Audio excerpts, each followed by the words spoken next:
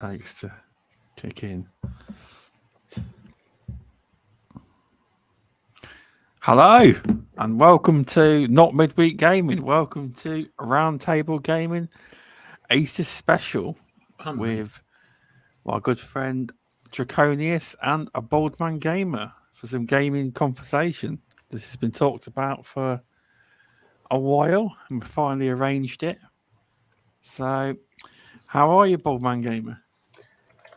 I'm very good, thank you very much. Enjoying the bank holiday Easter weekend. Thank you for asking, and it's great to be the three amigos to sit and just chat at anything absolutely random. Exactly, it is. How are you doing, Darren Draconius? I'm doing very well, thank you. Busy playing Ghost of Tsushima. I've sort of like put Zero Dawn on the back burner at the moment. More Ghost than that, Zero Dawn. I know, I shouldn't have said that, enough. Especially with you around. Well, no, you play what you want to play. You do. So see if I actually finish Zero Dawn. You know, I don't have a very good track record for finishing games. I don't. Yes, we hear nearly every week. You know, I want to like 1 week say I've completed a game. The last one was Yakuza Kiwami. I just bought that one. Is that the first one? No, it's the second one I bought on the Xbox. £4.49, I think it was. What did you buy? Number 2. It had a picture of a blonde-haired bloke on the front. So, what games have you actually played? Ghost of Tsushima. No. With Yakuza, is that you've never? I played Yakuza 0 on the PS4. Oh right, you're gonna have a bit of a problem there because it goes Yakuza 0, Yakuza Kiwami 1, and Yakuza Kiwami 2. So it may not make sense to you. Oh, so I'd have to probably restart on the Xbox again then. I'm just like, because no 0 will, but Yakuza 1 and then Yakuza Kiwami 1 and Yakuza Kiwami 2. It goes off from Yakuza Kiwami 1 as well. And you get a redemption kind of in the Yakuza Kiwami 1 of something happened in Yakuza 0. Yeah. So it's kind of like, so I'd have thought you'd have played Kiwami 1, but you haven't. It doesn't matter. I'm sure it will catch you up, hopefully. Oh, the backlog is real at the moment. Well, there's that many games to play. Like, it doesn't matter if there's any games coming out. We've all got backlogs, and for me personally, there isn't many games coming out this year. I mean, all I can see, I haven't got a PS5 at the moment, but I want one. So I've got to get a PS5. I've got a PS4, which is not actually mine. I borrow it off my brother because he's got a PS5. Right. No, I saw you on there the other day on the PS4. Unless I was looking at someone else on my friends list. PS4 it is. Oh, right. But we ain't all like BaldmanGamer, and we have like all our trophies locked on the profile. I still can't see you. It still says 0. Pardon me. How the hell do you do that? I don't. Well, he doesn't know either. I've not got a clue. I tried looking at it. I don't even know what I clicked, what I pushed, but it says 0. You haven't got it locked to like non-friends, have you? I couldn't tell you. I have no idea. I tried going on it. I can see everything. I can see it up through my app, but can I access anything? Nope, not a thing. Not a clue. Can't touch it. Might have to go through your settings or something because you might have it locked to like people, friends that are someone that comes on the PS network that sees you and wants to have a nose. They can't see it, but your friends can. Or have I got a hidden game? No, it's not even friends because I'm friends with him and I can't see it. You can set it to friends, or you can set it to anyone. You know what it is, Stubz, don't you? We're not in his class. We're different class. We're not at his level, are we? Maybe it's that PS4, PS5 crossover. It's just not quite there yet, I doubt it. I have no idea. I couldn't honestly tell you. It could be that, actually, yeah. No, it could be knowing them, yeah. It's me just being stupid and not being able to figure out what the fuck I'm meant to do. Suko, thanks for popping in, mate. Appreciate it. Suko. Good evening. Right. Well, I thought just to kick one off for you. Yeah. A little bit of spice, maybe not. Gears of War 2, 3, 4, 5 DLC? Question mark. DLC? What do you mean? Are they DLC? Well, if you've seen on Twitter Talk today, about spice. I know what you're on about. You're on about the Marcus Phoenix collection. No. Oh. Have you not? No. Oh God, have you not seen on Twitter today with David Jaffe? Oh, hold on, Stubbs. It's not April the 1st, is it? No. No, David Jaffe slagging off God of War, the Ragnarok, saying, is that correct? Saying it just looks like DLC. The God of War 2018. Oh Yeah. my God. He made a comment. So what were his games like then? If they weren't DLC, the sequels? No, this is that metal game. Is it something metal? Twisted Metal. Yeah, that's it. Everyone knows Twisted Metal. Twisted Metal. He also helped make God of War, didn't he? Not 2018, previously. Yeah. But God of War 3 remastered. Well, no, they didn't do it. He didn't do that. Obviously, he did the original God of War 3, but the remaster would have been handled by external studio, support studio, something like that. But no, he made a comment, didn't he, about saying he pretty much it's like DLC. Not say it's not a sequel, but it's pretty much what 2018 was again. And did he get ripped for it? Did he just? But then that's made me think, well, clearly, because Gears of War 2, 3, 4, and 5 are the exact same game as the first one. DLC? It's good. Yeah.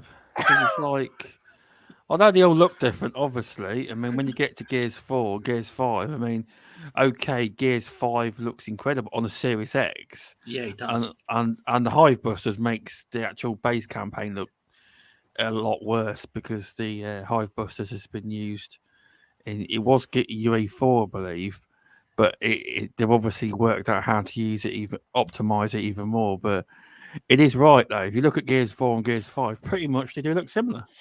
If they bang on about using the same assets, yes, a lot. It is normal in game development to reuse assets, but obviously up-res and try and make them look much better. Yeah. All games do it. Oh, yeah, of course. I didn't like the story 5. I'm sorry. I thought it was a pile of shit. But because I believe that in God of War Ragnarok, did you know how everyone says they've shown it off? I think they've shown you a PS4 visuals. I don't think they've shown you the next generation yet. I don't. That's my belief. And I think once it does come out, because God of War 2018, even on my TV on the base PS4, still looks like it holds up with the games that are out now, in my opinion. So I think that this Ragnarok, whenever it comes out, I mean, I know everyone keeps saying, "Oh, it's going to be delayed," but the community manager of Sony Santa Monica, she keeps saying it is scheduled to come out this year, and I believe that they will hit that. Yes, I believe so. As per our conversation last week, but who knows? Yeah, remember that? Who knows? It might not, but it's not often PlayStation miss their release dates.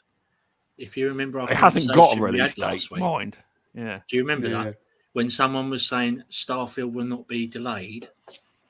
We sort of got into a bit of a conversation, didn't we? I said Starfield will not be delayed. That's set in stone. But I guarantee you, Ragnarok is going to be released either a few days after or about a week after to go against it. I think it will. Who knows? I don't know. I mean, who knows? It's because the problem is a lot of people have got this. Oh, I hate this term. Well, when Todd Howard says a date, it's official. That's it. It's set in stone. I'll just say some shout outs. Welcome, Yobi Heart Dragon. Thanks for popping in, mate. And welcome to the Rockin' Warrior Gamecast. Hello, Trinity. Thanks for popping in.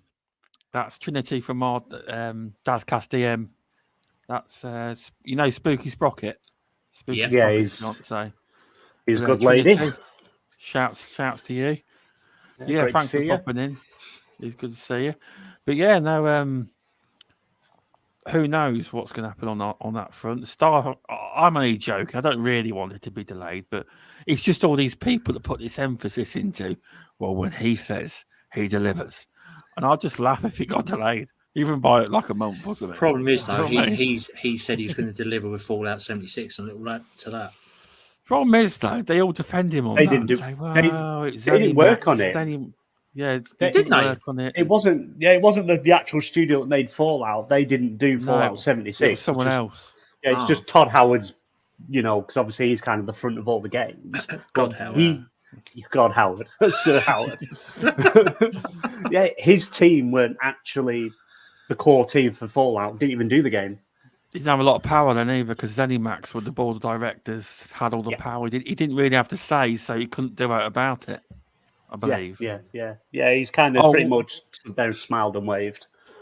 I still think Welcome, Fallout 3 was the best one they've done. Personally, that's just my own opinion. Welcome to Pudsey. Thanks for popping in to support Darren. Good evening. And does. Fallout Nice 4 was a popping. pile of rubbish. I've never played it. I've really never played any of the Bethesda It was all games. right I until tried. you got to you have Elder to build your Scrolls. property, build a fucking house or a hut or whatever. Oh god, no thanks. Yeah, Fallout. If I want to build a property, I'll get myself a set of Lego. But on the God of War Ragnarok front, you were saying about obviously, is it all the expanded DLC because of what David Jaffe said? Obviously, I do suggest if you ever get a chance and you want to watch the documentary on making of the God of War 2018, it's on YouTube. It's on the PlayStation channel. Just type in. It's about an hour and a half, and it's a really good watch about the development of the game. And they actually, because the first version of the game, PlayStation rejected it.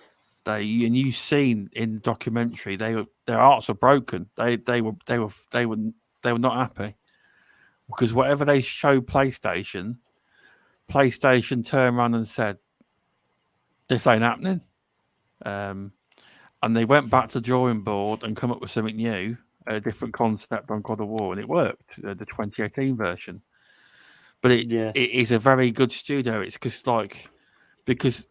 the way their studio is set up, it's all about, because they do say when you're making computer games, okay, the world's changed and everyone's working remotely, but in a creative process where you're trying to make a game and collaborate with people, it doesn't really foster creative genius, so to speak, when you're all working remotely and you're not next to each other.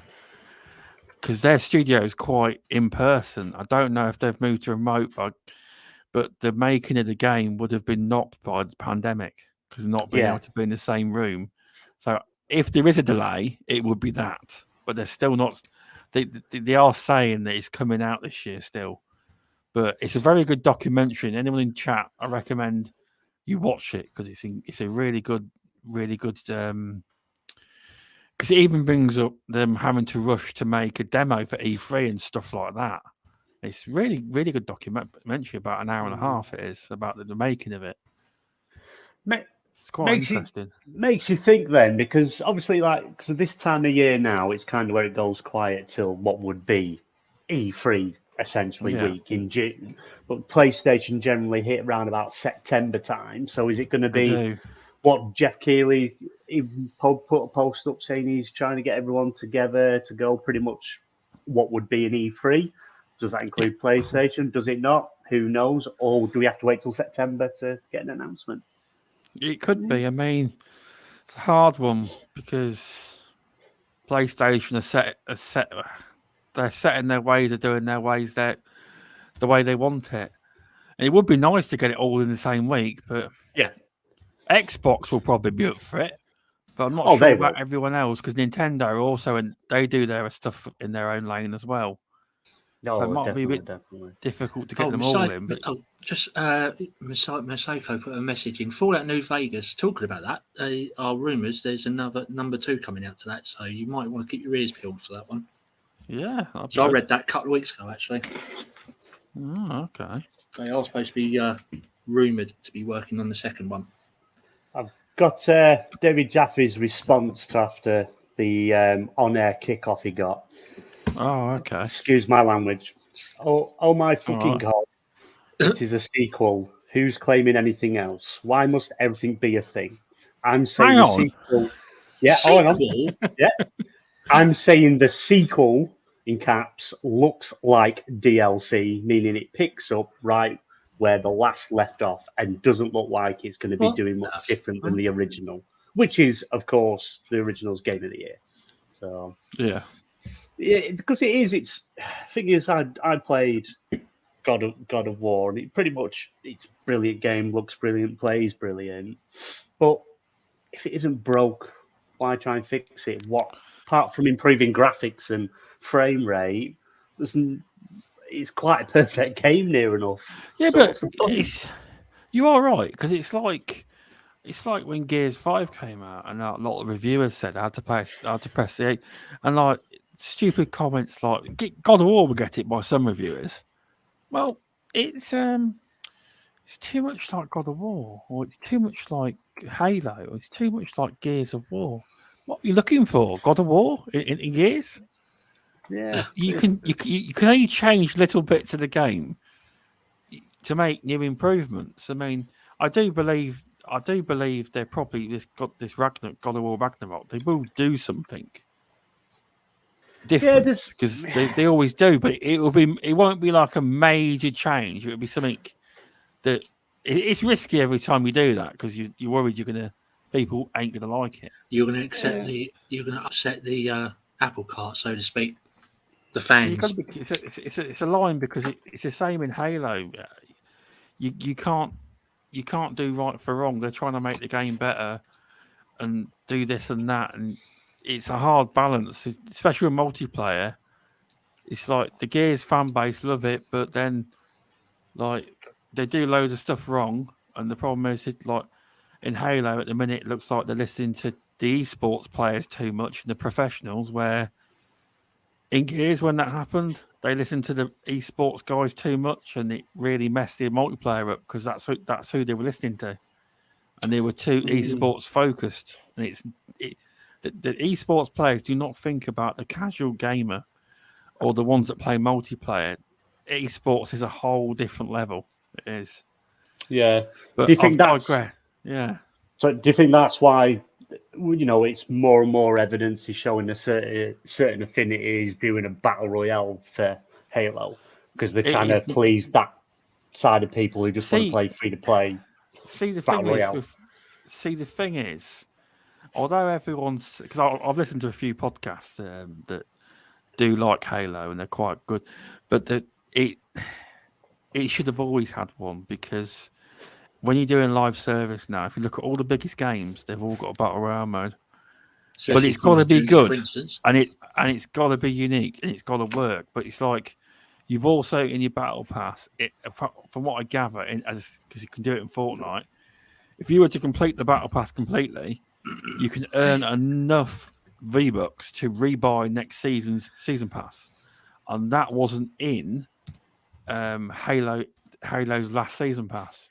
There wasn't money in there to buy. If you were to do all the tiers to rebuy the season pass, and from what I understand, it is quite a basic requirement of the free-to-play market. Most of the games, the big games, if you battle through the season pass and grind it out and do it, they give you enough money to rebuy the next season pass. Apparently, it's pretty standard, which I didn't know. Yeah, well, Halo's Battle Pass was just a nightmare. I picked it up, as most of us did when it launched. We all picked up the Battle Pass, got playing, and I gave up. I just thought I wanted a nice fancy bit of armor, so I just bought it. And it's like, because you look at all the stuff that comes in the Battle Pass, all the armor through the whole thing pretty much looks the same, dirty, rusty, and it's like they want you to spend the money to get the good, nice, shiny stuff, and it's I gave up on it. I've re-downloaded it actually because I'm considering maybe jumping season 2. Yeah, in May. Yeah.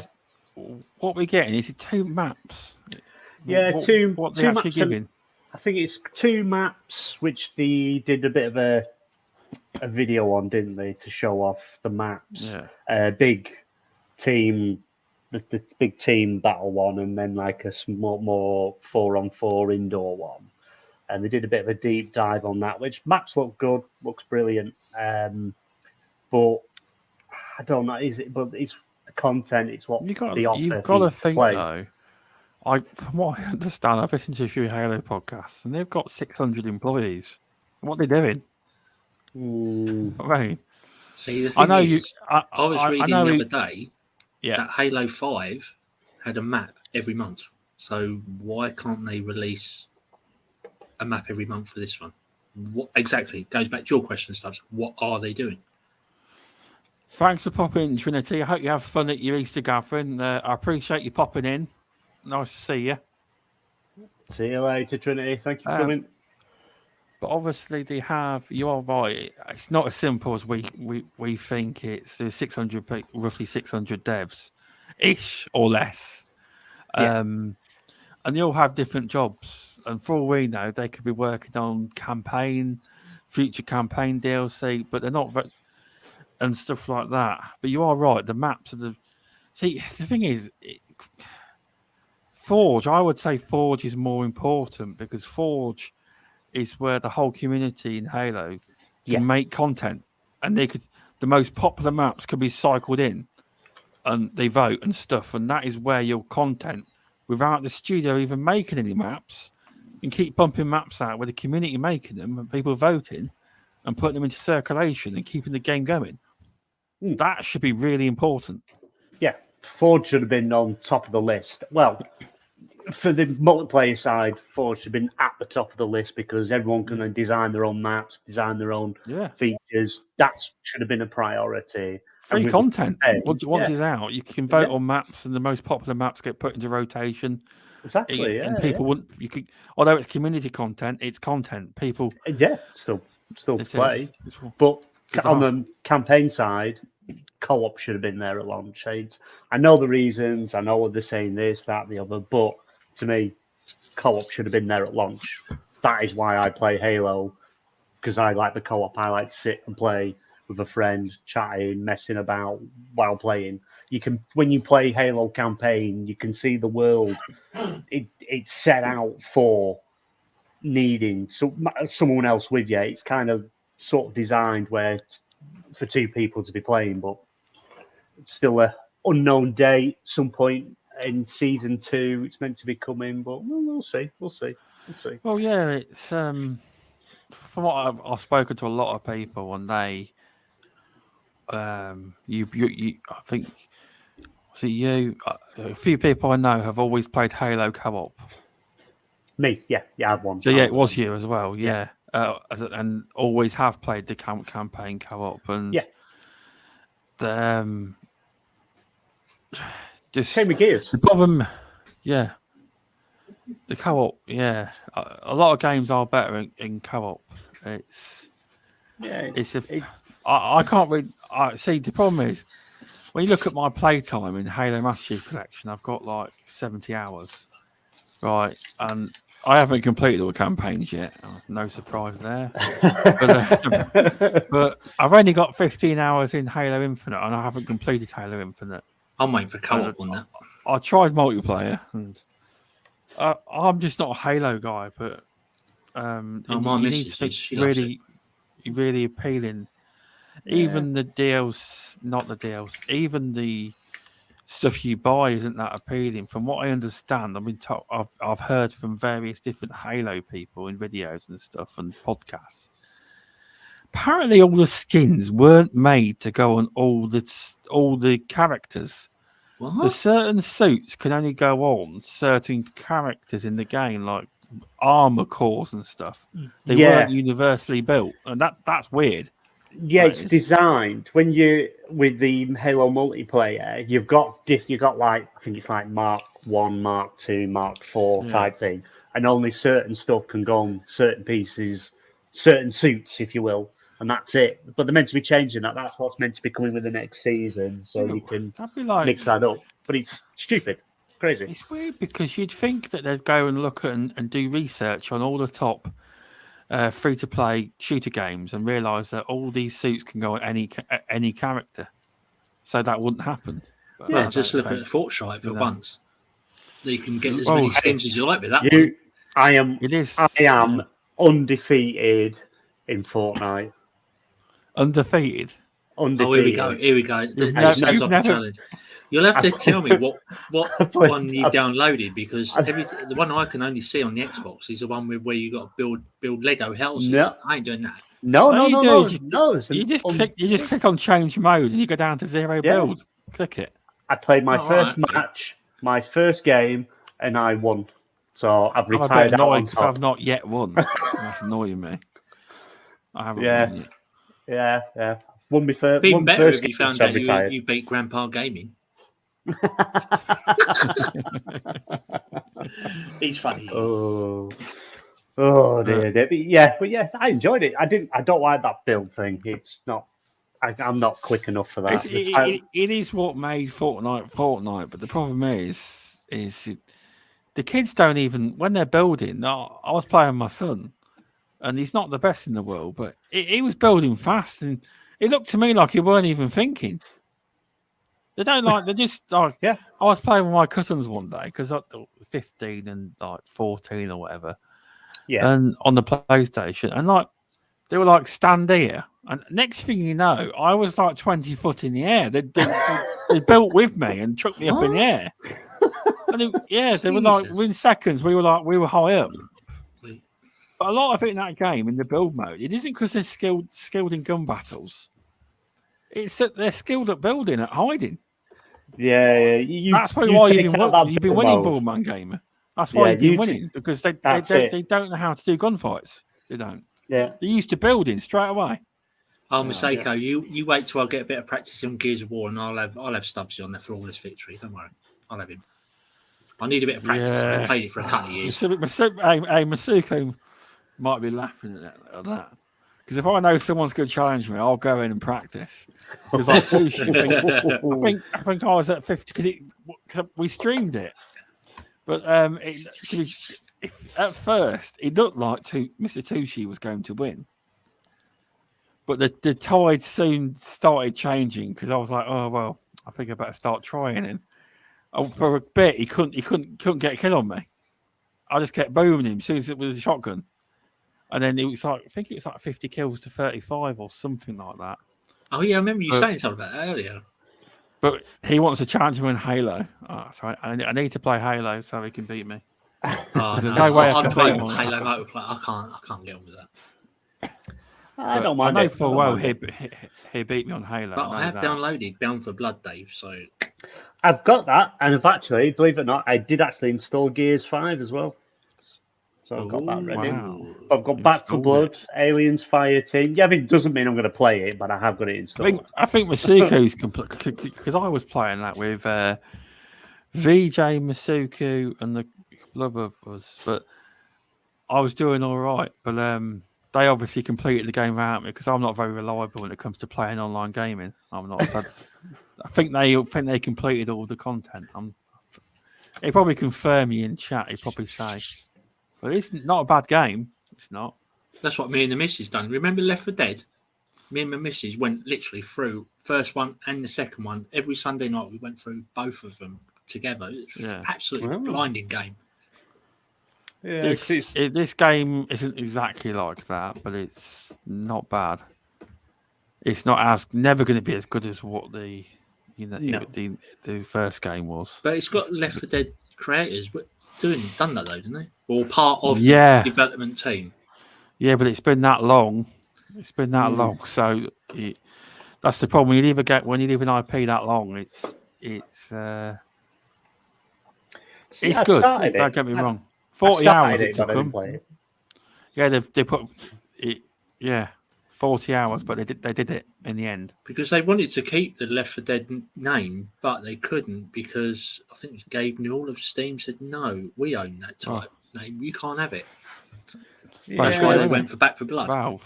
But they didn't fight him on it though, did they? Even though pretty much it's Back 4 Blood, everyone knows what it is. They didn't go through legal room, which was good. But yeah, I started it and I think I played for about 5 minutes, and then for whatever reason we came off, and I've never gone back on it since. See, that's the thing with Game Pass. You can literally download any game you fancy, and a lot of the time you don't even press play. You don't even try it. No. Sometimes it just sits there. Yep, it does. Yeah, I'm too busy with GTA 5 next gen version at the moment. Oh, I don't. He only paid a few quid for it though. He only paid a few quid. Yeah, I mean, it's on offer. When they announced that the next gen version, they need more money. They're don't broke. fucking buy it. You're giving them the money they need to supply the online part of it, and you're not going to get GTA 6. Not a fucking chance. Not for about another 5-6 years now. No. See, I bought it on the PlayStation 5 because it was £8.59, something like that, pounds, and someone literally had a do at me in my DMs about buying it and publicly. So I purposely said I am now buying the Xbox Series X version just to piss you off.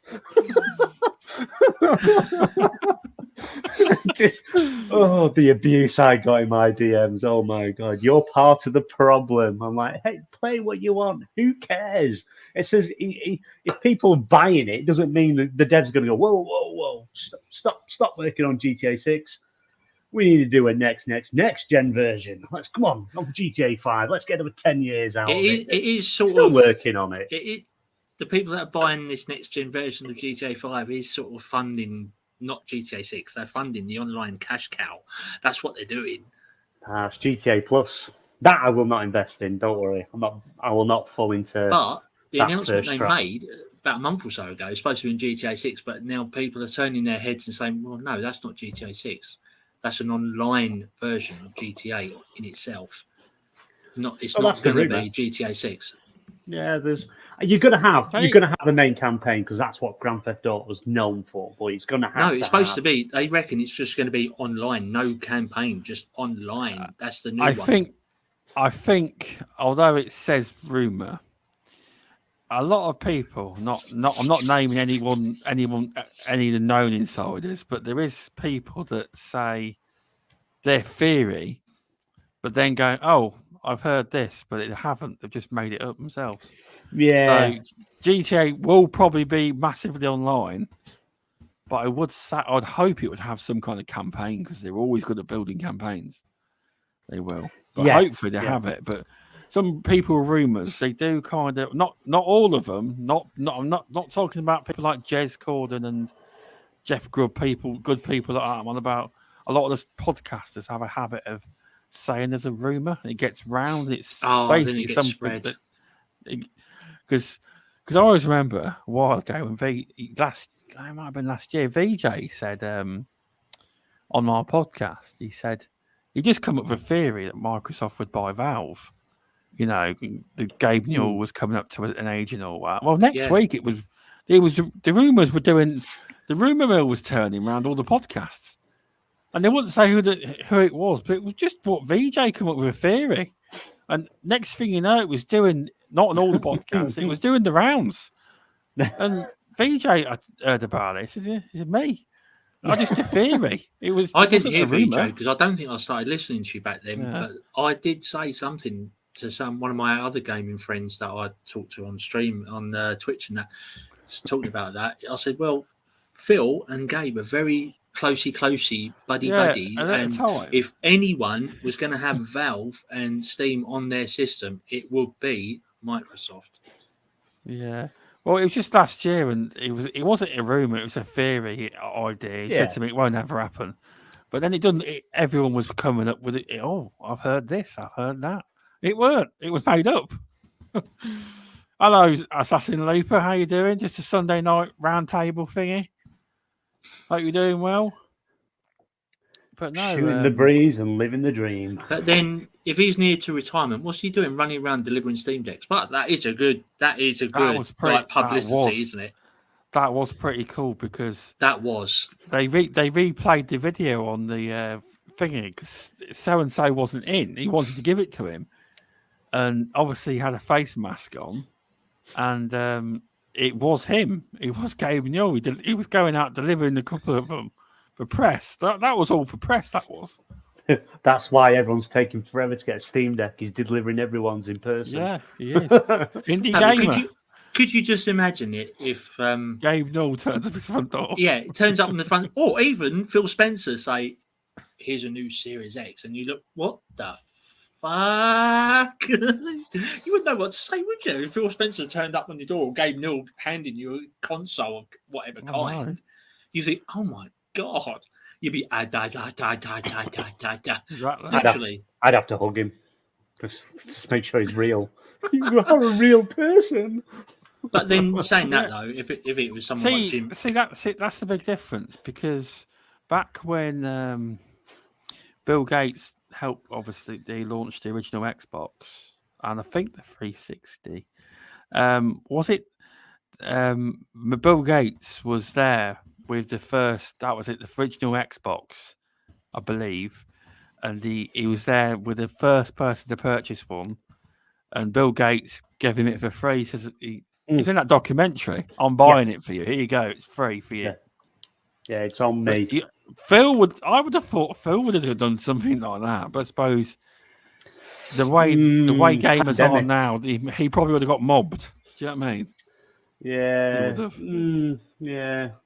He's don't like need he's to, a really. businessman. No, he's Bill Gates. He can afford to. Well, he was on Microsoft, so Phil's one of them. It's do one thing and then move on to the next. He's constantly innovating on the next thing and moving forward. It's did you know if Phil did not go and speak to Nutella about Game Pass and how successful it would be in the Microsoft gaming division all those years ago, he pestered Nutella and told him how successful this is his plans. Nutella, whatever.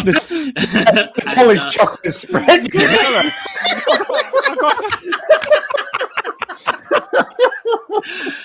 As I say, Satya Nutella. If he didn't go banging on his door saying how successful this Game Pass would be, how Microsoft division would be, we would have no Microsoft gaming division. He literally caved into Phil and said, okay, let's go with it. And look what's happened now. See, although the story's never, with that, I think there's a bit more to it, because Satya Nadella, because he's obviously Microsoft, he's the guy that turned Microsoft into a $2 trillion company. He was all about subscriptions. And although obviously he'd done a big pitch for Xbox saying how to save the division, I do believe that Satya, you think, I'm having to think now, Satya Nadella, I do think Satya Nadella said to him, you make me a Microsoft Office 365, but you do it for gaming subscription service. And he probably said, yeah, because although he probably come up with the idea, Nadella probably said to him, come up with something like that for gaming. Do you know what I mean? Oh, yeah, definitely. He loves subscription services. What Microsoft do now. He would have had to go in there with a plan. He can't just walk in, sit down, put his feet up on Nadella's desk and say, you ain't cancelling Xbox. He had to have got in there Xbox, with, chained himself to his desk. Not moving I till he will gets what he not wants. give up Gears of War. No way. Gears, come on, Stubbs, how many times do we have to go over this? There is no more Gears of War, mate. It's gone. Oh, thanks for tweeting out, Looper. That was great of you. And welcome to our friendly pest. How you doing? Thanks for popping in. Friendly pest. Hello. Yeah. But then saying that though, on the original one, it was a Don Mattress, wasn't it? You were saying TV, and I think that's what really buggered the Xbox up. It did. First and foremost, Me and my it literally crashed them. We bought the Xbox, and the Xbox One. We were really hyped for it, and then we got it, and then there really wasn't any games that we wanted, so we all sold our Xbox Ones. I got a piece, the wrong kind of PC, but in the end, I got a PS4. And then I returned about 3 years ago, 3 years ago now to Xbox. I did, because I miss Gears. That was it. Yeah. But at launch, there was nothing like that. There weren't.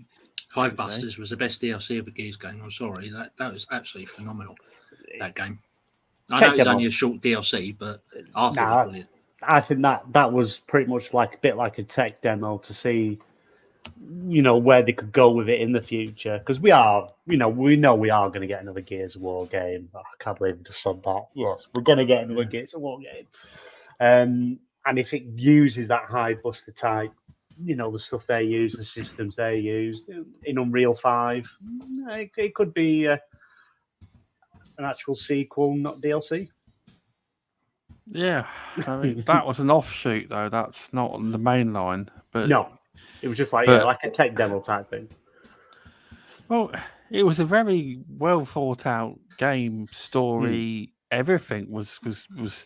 Hypebusters DLC was better than it, in my opinion, better than the base game. Oh, thank you. I'm glad I'm not the only one to say that. I got slated for that.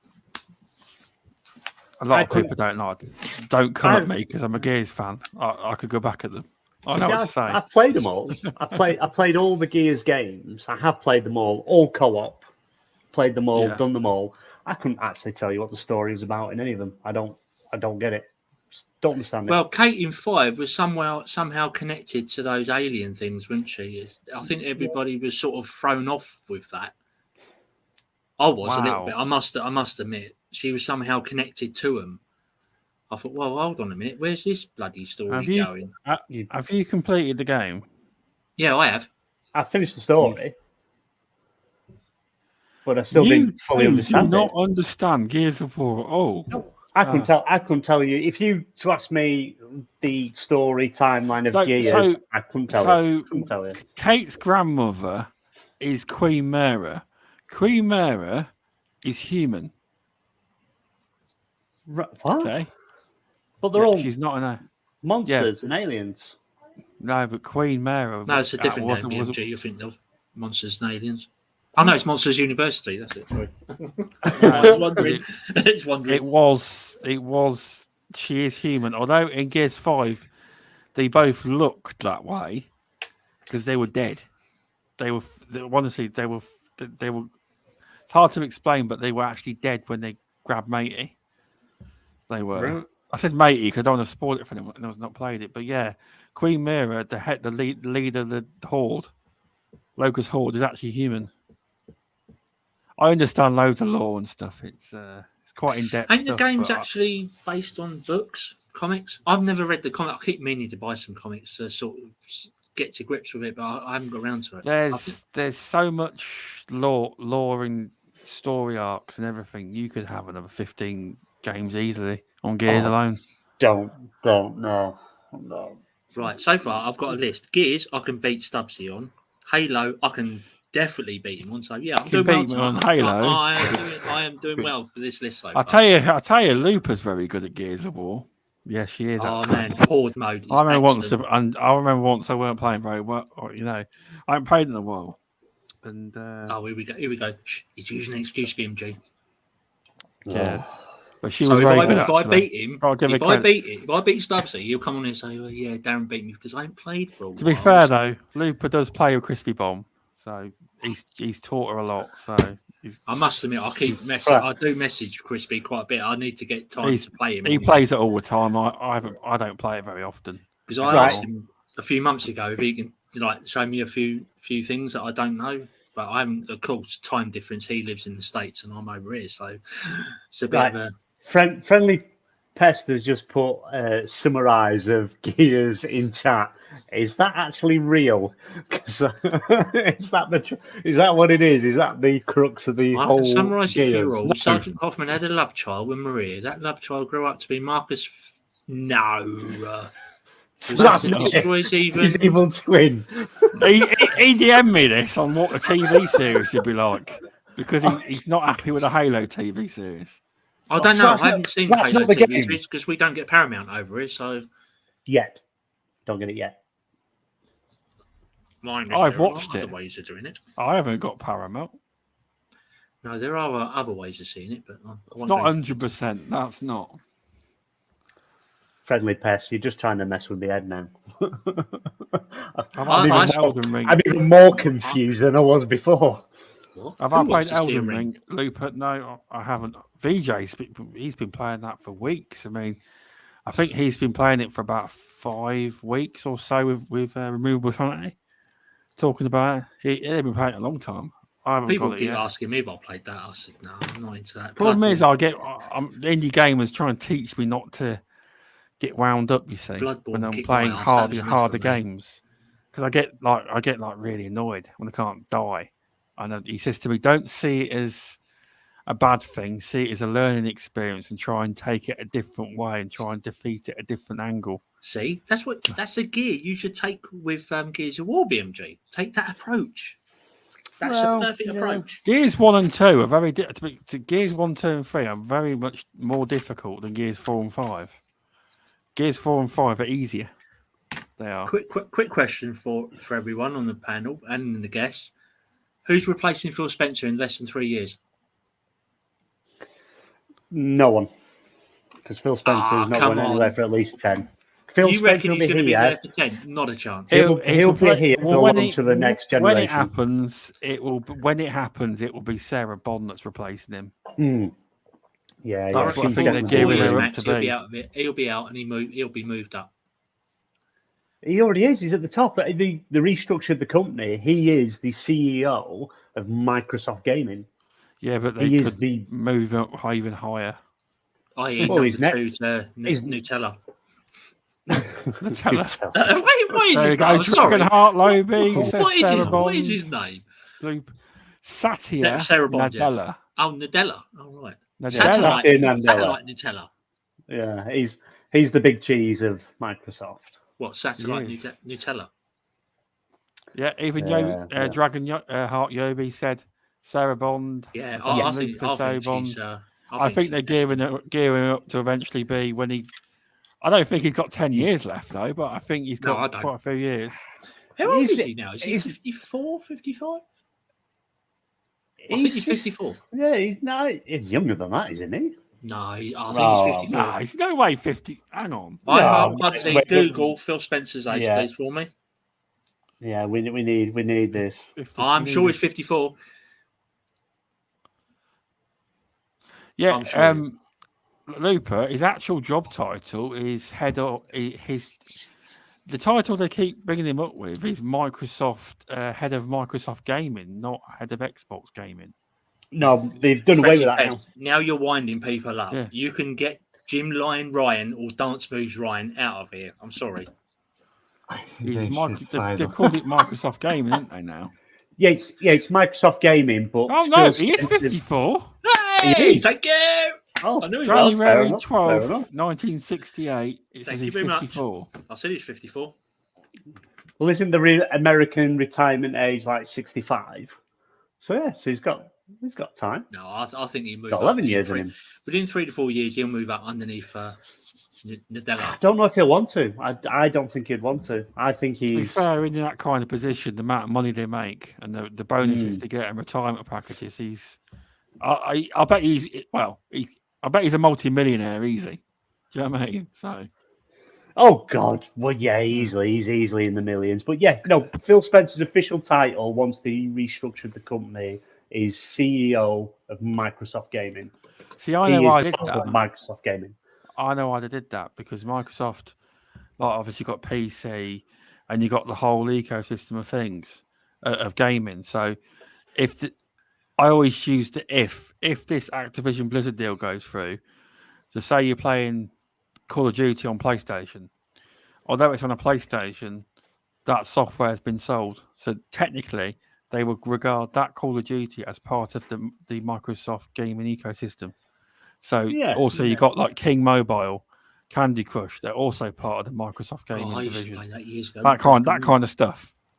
So it's they've widened the net. They have. Well, so soon we could have Microsoft NFTs if what's happening at the moment. What is it? Blizzard is polling interest in NFTs. Play to earn. Did you know I had an NFT thing come up? Where is it? I was trying to change my profile. It could have been on the PlayStation, or it might have been on Twitch. I was trying to change my profile picture, and it come up with something like, your photo library, and it come up with NFT. I thought, no, fuck you, I ain't having that. I thought, really, is it got this bad with NFTs now? It gave me an option, either my photo library or NFTs.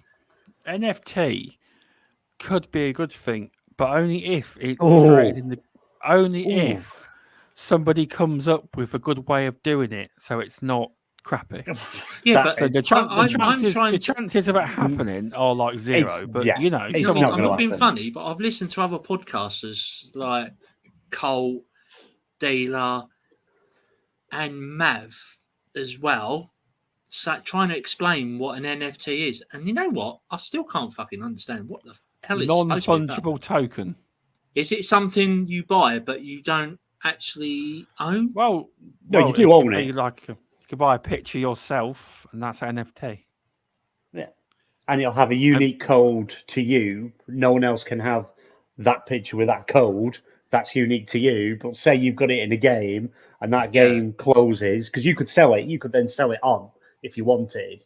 But say Ghost Recon Breakpoint, for example, they're doing their NFTs. You buy an NFT in there, then the game shuts down. Then you've spent money on nothing because it's worthless because you can't sell it. Oh, the game's gone. What a game! I know people slated that, but I absolutely loved it. I completed it on the Xbox. Absolutely brilliant game. Welcome to Lazy Few. Thanks for popping in. Activision bought King and was for King and PC. They're not bothered about the gaming part. But yeah, King's a big cash cow on the PC market. Yeah, you are right. See, I have to agree with you. Just a cash cow. You know what I mean? Why wouldn't they make the games sort of not multi-platinum, multi-platform? Because just imagine Call of Duty, etc., going on the PlayStation. You put the PlayStation disc in on the PlayStation 5 or 4, and the first thing you see is Microsoft Studios. Could just do a patch update. Instant money. But you might not. You might not see the Microsoft Studios because if they're but you would do though, it, wouldn't you? Because they legally own the company, so it would be on there regardless. All right then. Out of all the Bethesda games you played and that, which of them have you seen Microsoft Studios pop up? I don't know. I don't play them on the PlayStation. I play them on the Xbox. So none, or even on the Xbox, you don't see Microsoft Studios pop up. There isn't. No, they keep it to Bethesda. Yeah. And it's going to be the same for Activision Blizzard, even though it won't come under Xbox, it'll come under Microsoft Gaming. It will be like a third part of that umbrella. You have Microsoft Studios, you have Bethesda, ZeniMax, and then you'll have Activision Blizzard. It'll be under Microsoft, but run as it's still answer to Phil Spencer, but run as a separate, company. It's like a sister company. You won't have Microsoft Gaming or hands-off showing approach. Yeah, I wonder how they fix that problem with the old Xbox hands-off approach. Yeah, that's going to be interesting. You're not going to fix that without being hands-on.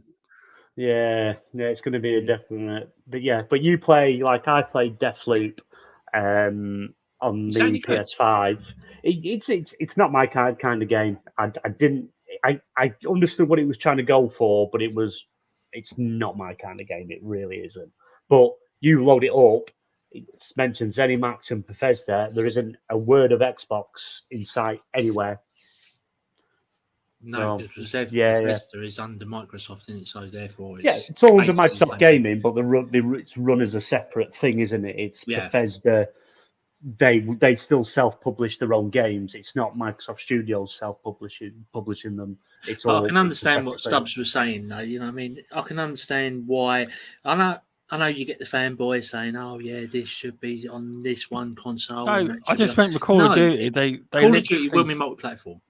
It has to be because what you'll find is that in this big agreement, there will be it'll be written in there that Call of Duty has to remain multi-plat because if they pull it off PlayStation, it will hurt the competition.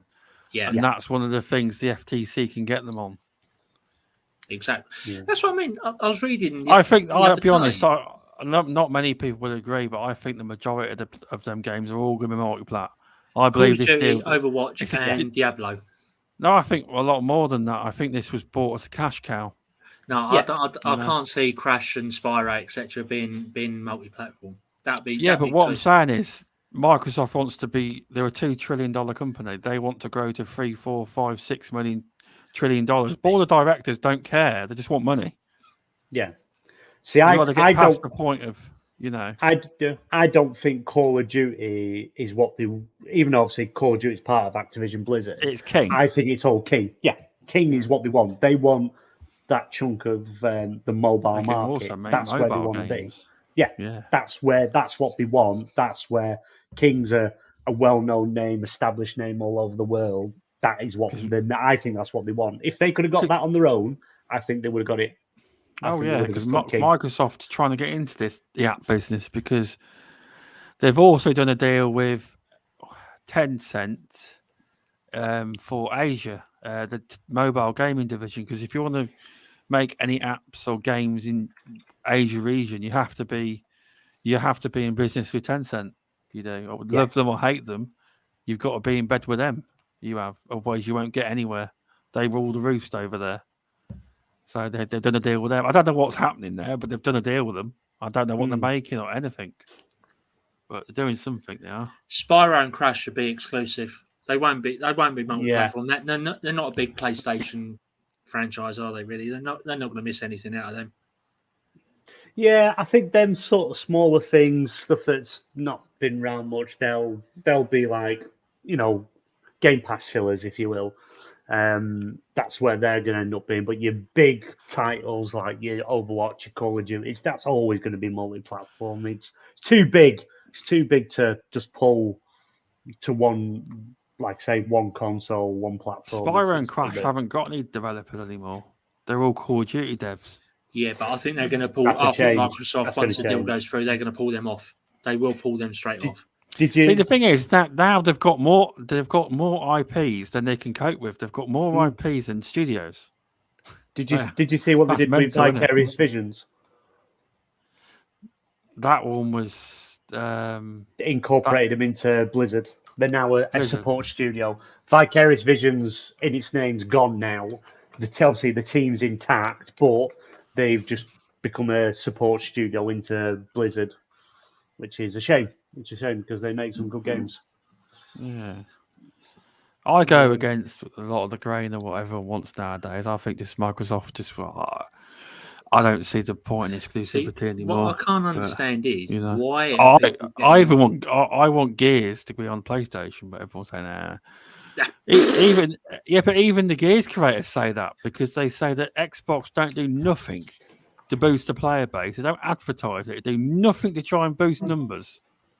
Isn't there a build? There's a build. Is it the original Gears of War? There's actually a PlayStation free build. Yeah, there is actually a physical build somewhere. It's actually it's in the book. I've got a book on the history of Gears of War, and it's actually mentioned in there because it took 5 years. It took 5 years to get Gears of War to come out because they promised it for the original Xbox, but then they basically told Bill Gates that your console's too weak.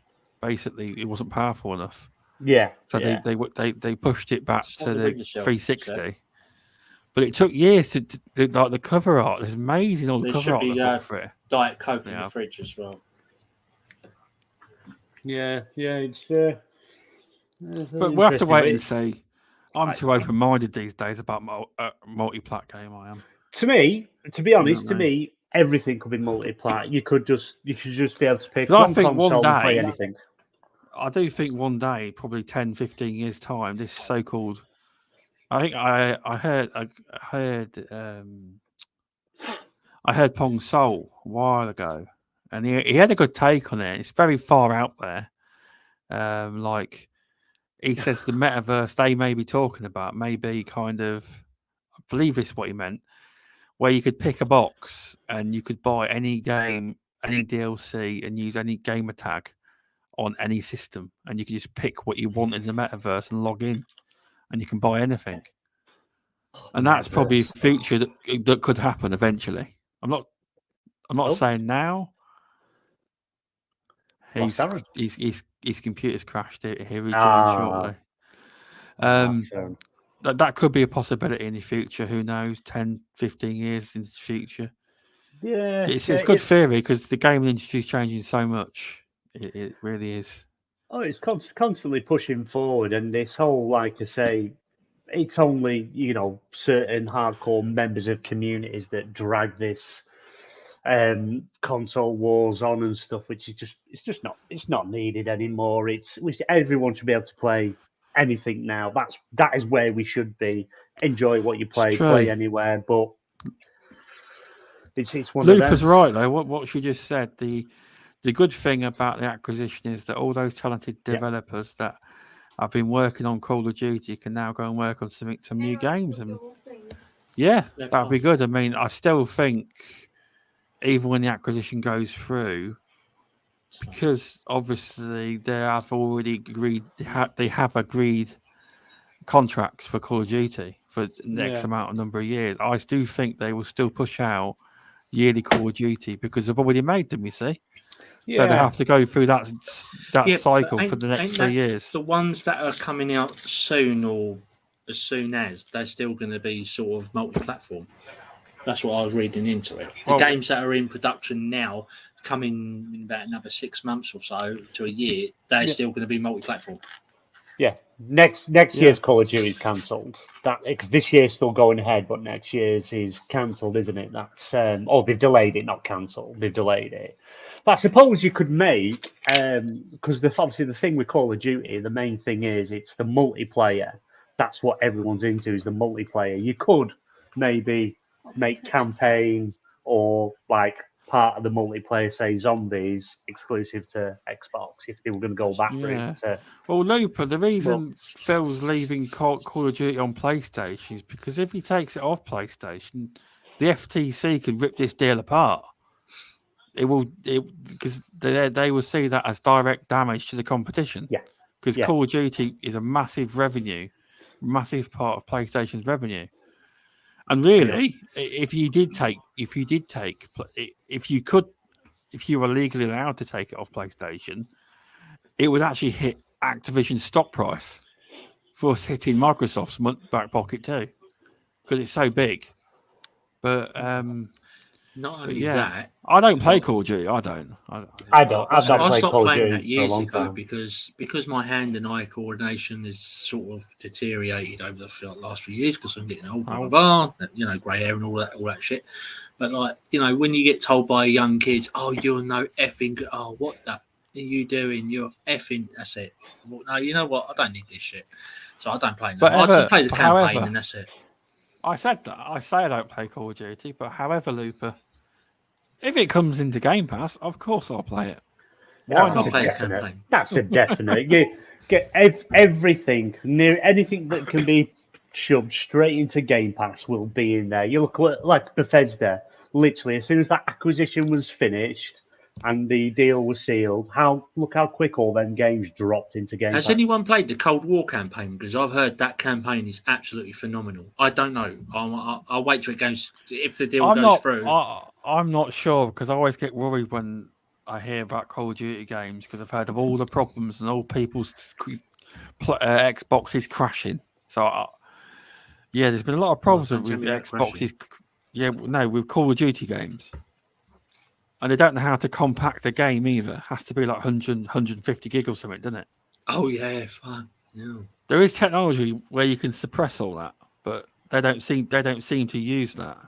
Yeah, was that last year or something? Like people were like, there was a new. I remember Phil Spencer talking about. I think it's Phil. Someone in the Microsoft, it might be Aaron Greenberg. I don't know, but someone was saying about compressing files, etc. And then, like every other company, like Ubisoft, they brought out a new update where you had to delete the game for Valhalla and then reinstall it. But the files were compressed, so it's a smaller one. But for some reason, Activision with Call of Duty just kept on. 150 plus, 160. Yeah. Oh, hold on a minute. That's because they don't want you to play any other game. While that comment is great, he's leaving it on there because he believes that every gamer should be able to play anywhere, any time. If that's the case, then every Activision Blizzard game is going to remain multi-plat. And he should also, while he's there, leave every Bethesda game multi-plat. See, that's what he truly believed. No, see, I think when he says that, everyone should be able to play anywhere on anything, any device. It's mobile, isn't it? It's the whole cloud gaming. That's that's that narrative. I honestly think if he could take everything off PlayStation without anyone blinking an eye, he'd do it in a heartbeat. Because then Xbox stock, Microsoft stock would go through the roof because everyone would get Xbox to play everything. But these laws and things are in place to stop that from I still happening. think though they placed the whole nicey about Call of Duty is to do with it's to do with the FTC impressing them legally. Definitely. Oh, it has. Yeah. If it's they're going to do whatever it takes to get the deal to go through. Well, the FTC ain't too bad, but they're getting some right stick in the EU. They are over this deal. That's it. It's not just the FTC. They've got but they're going after Microsoft. There's 4 EU countries that put complaints in against Microsoft for, although it's not to do with Xbox, it's to do with their cloud, their cloud business, saying that they're basically making it hard for them to do their local companies to do business in them countries, aiming at the Microsoft as their servers. It's true. 4 countries have said that basically they're crushing all our business. So but they also offer Xbox still. You can, if these like other cloud-based companies wanted to get more, Xbox actually offer, or they're able to pay to use like the Azure servers and stuff like that to mitigate that. But I don't know. It's going to be a wait and see. It's going to get complicated. Thing is, though, they've got American senators and that involved in it now. Because I read something about like, I want you to investigate this deal because I don't think it's fair. I wouldn't worry about that. No, but Luke, I fully understand. About money. Money playing. Luke, but no. I spoke to Luke. Well, you've heard Luke Steele, and he knows about this thing, and he says there'll be a few twists and turns, but in the end, he can't see any reason why it won't go through. Same with Hogue Law on YouTube. Yeah. He can't obviously say for sure. He says nothing's ever a guarantee, even when you've got an entourage of lawyers in this game. But he think most of the people that speak about it say that with all these, in the end, it will get through. It will. But the laws are different in America, you see. They say, like, obviously, when things get approved, but, like, unlike other countries in America, if they feel like the FTC's made a mistake, they can actually rip the company back off you because, Facebook that own Meta. Oh, God. They've decided that they never should have approved the deal for WhatsApp. So they're trying to currently take WhatsApp back off Meta because they realise they made a mistake. So the FTC can do this. They can do this years later. The FTC can, if they realise they've made a mistake or something's changed, or they've done something they weren't meant to. They can reverse things. That happened about 10 years ago here. Not to do with gaming, but with. I take it you've heard of Preston. You know where Preston is? Yeah, I know where it is. Preston in Manchester. Yeah, no, Preston, like near Blackpool. It's next to Blackpool. Stagecoach, pretty much, they ran in competition with Preston Bus, and they literally ran the same routes, did every fare as £1, managed to buy Preston Bus, got approved, bought Preston Bus, took over it, changed everything. Then they realised they shouldn't have let it happen. Stuff was missed. There was mistakes made, and forced them to sell the company. They had to sell it back and find someone to buy it and run and back as a separate company again because it was they had monopoly of the whole area. They could charge what they want then. But the FTC, I know these senators are saying people's jobs and that, but they don't look at that. Yeah, I fully agree with financial. In the end, it will pass. Welcome, Warwick, and I believe that Darren has a question. Yeah, that Hogue Law. I've been listening to him just recently over the last couple of months.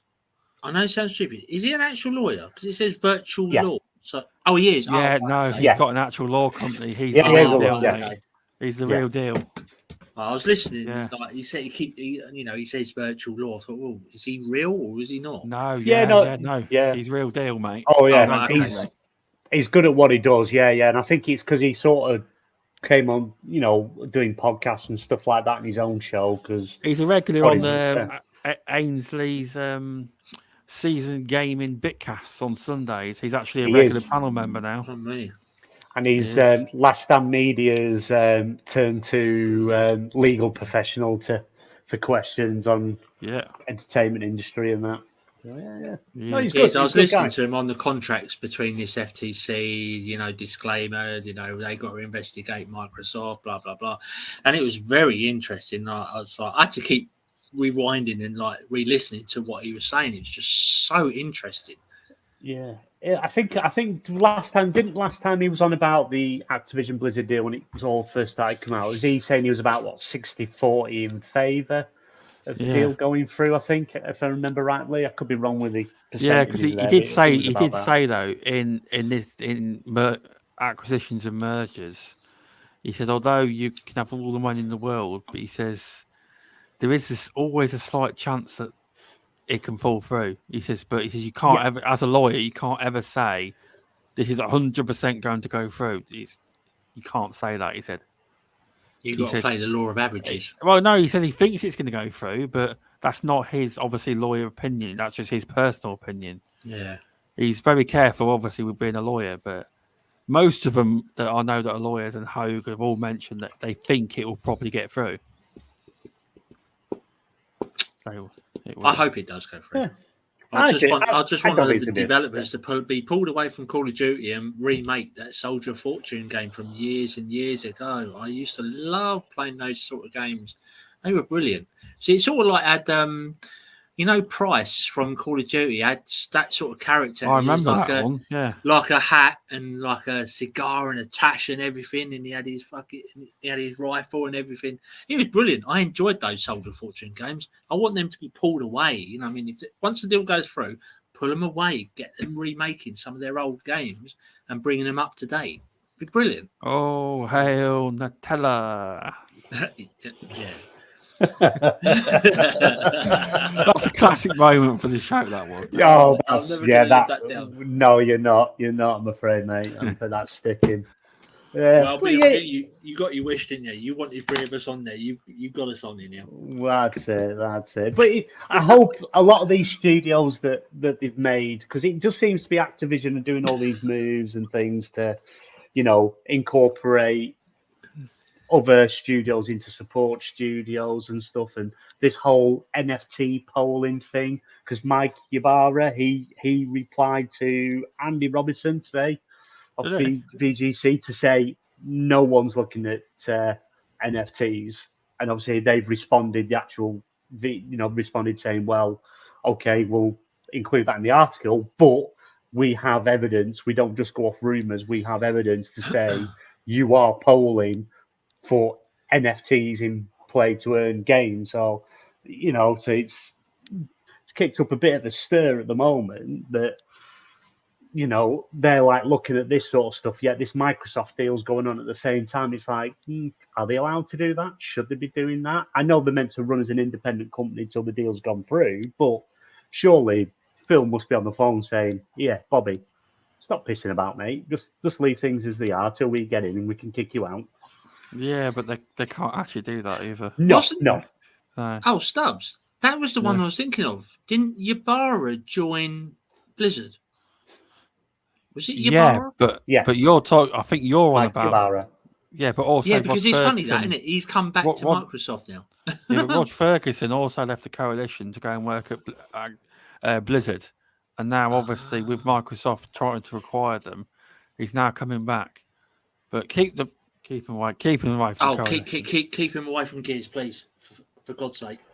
I don't know. He probably did a good job, but you never know in these situations who's responsible for what game. But I do know he bragged about taking the of war away.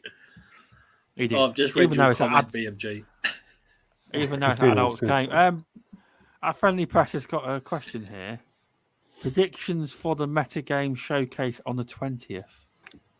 What's this? Do you know, BMG? I haven't got a clue.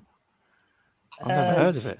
You know, Summit, I'm actually just looking it up now because it's something that's missed me by Metagame Showcase. Let's have a quick look, see what we're showcase. Go on, friendly press, give us a clue, mate. Meta Showcase. Oh, it's latest in VR gaming. Oh, Right, okay. YouTube, Facebook. That's why we're not in on the know, because it's bloody Facebook. Yeah. Because obviously, VR is gaming showcase road to Predictions VR. were pretty hard for us because who we have here has Facebook? No, me.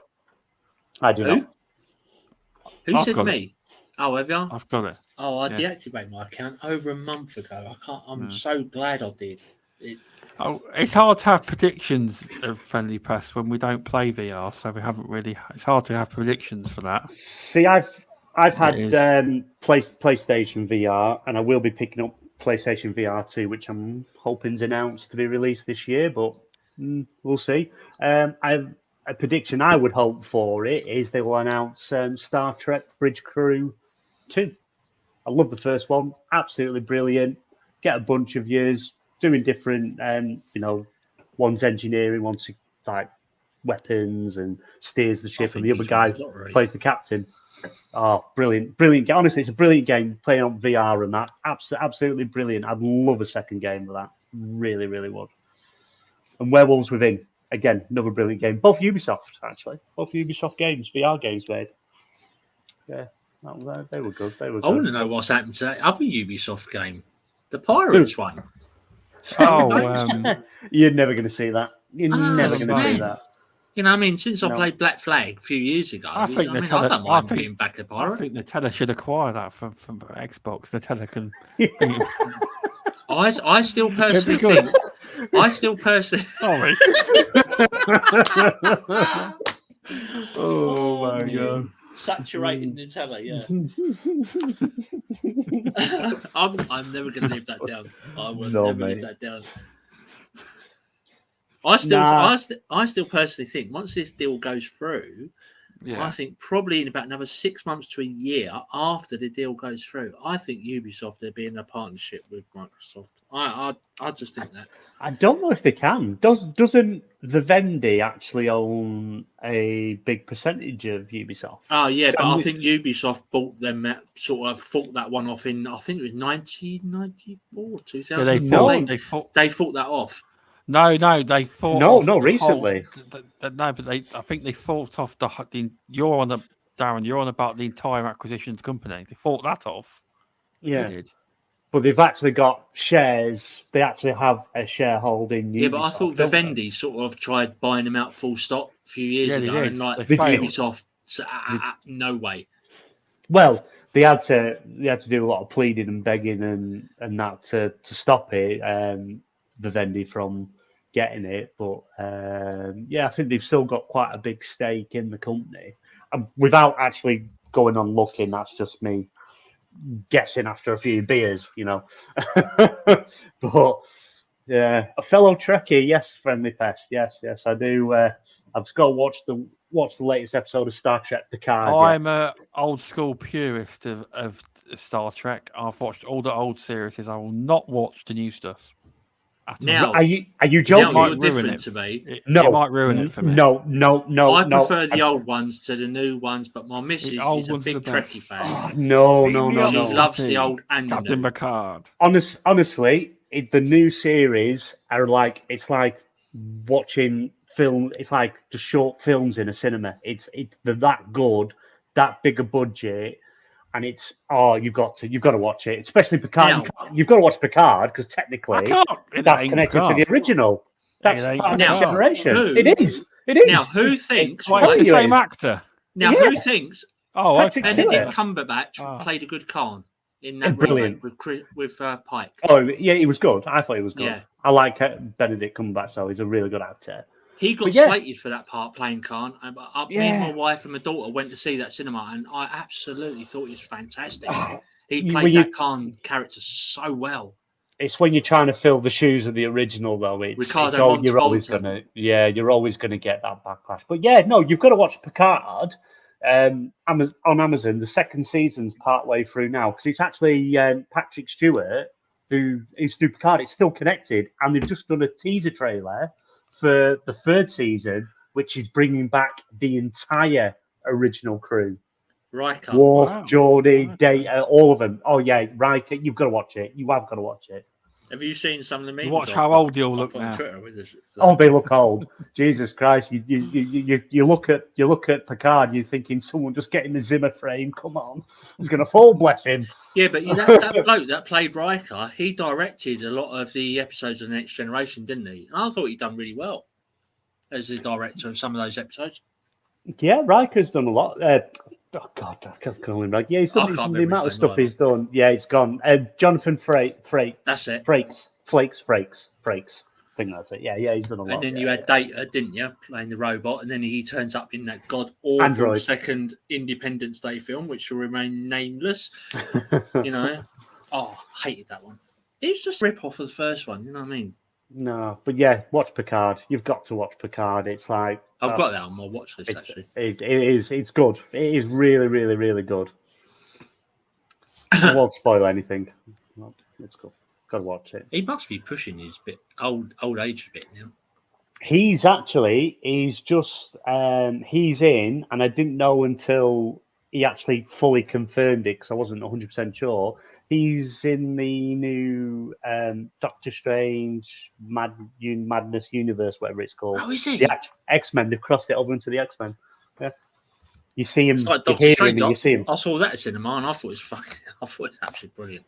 I'm a sucker for Marvel films, but then I do like the DC films as well. The dark, especially the Superman films. I do. Henry Cavill, i.e., The Witcher, playing the Superman. Oh God, I really hope that he comes back as Superman. I really hope he does. He nailed that Superman character.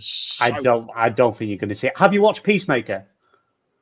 No, I haven't seen that series. Watch Peacemaker, and when you get to the very, very, very end of it, I won't tell you what happens, but the Justice League turn up. That's all I'll say.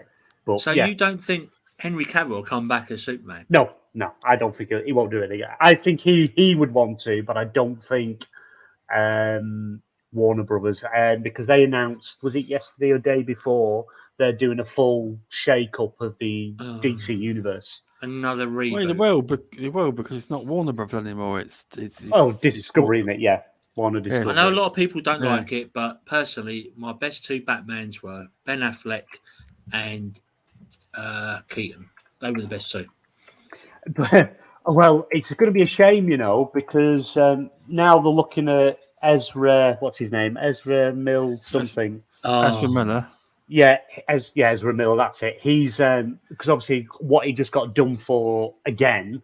They now pulled him out of the Flash movie, so that's now on hold. And they're obviously going to look at recasting him because Michael Keaton's Batman. He's actually already filmed the scenes. Michael Keaton's Batman is in the film. So we're not going to see that for a long time now. Yeah, I was reading about that. Didn't he get involved in some law problem and he got done again? Drunken disorderly or something like that. Yeah, he basically threatened, allegedly, I'll put allegedly in there just in case someone's listening, allegedly strangled someone or put his hands around someone's throat. I think he threatened to kill someone as well. Yeah. I was pissed. But because they were singing karaoke, I think. I don't know. He had this problem. Personally, don't get me wrong, I think the young bloke from the TV series would be a perfect replacement. He said a few months ago that Grant Gustin, he was asked and he said, no, we like to keep the TV series separate from the films, totally different.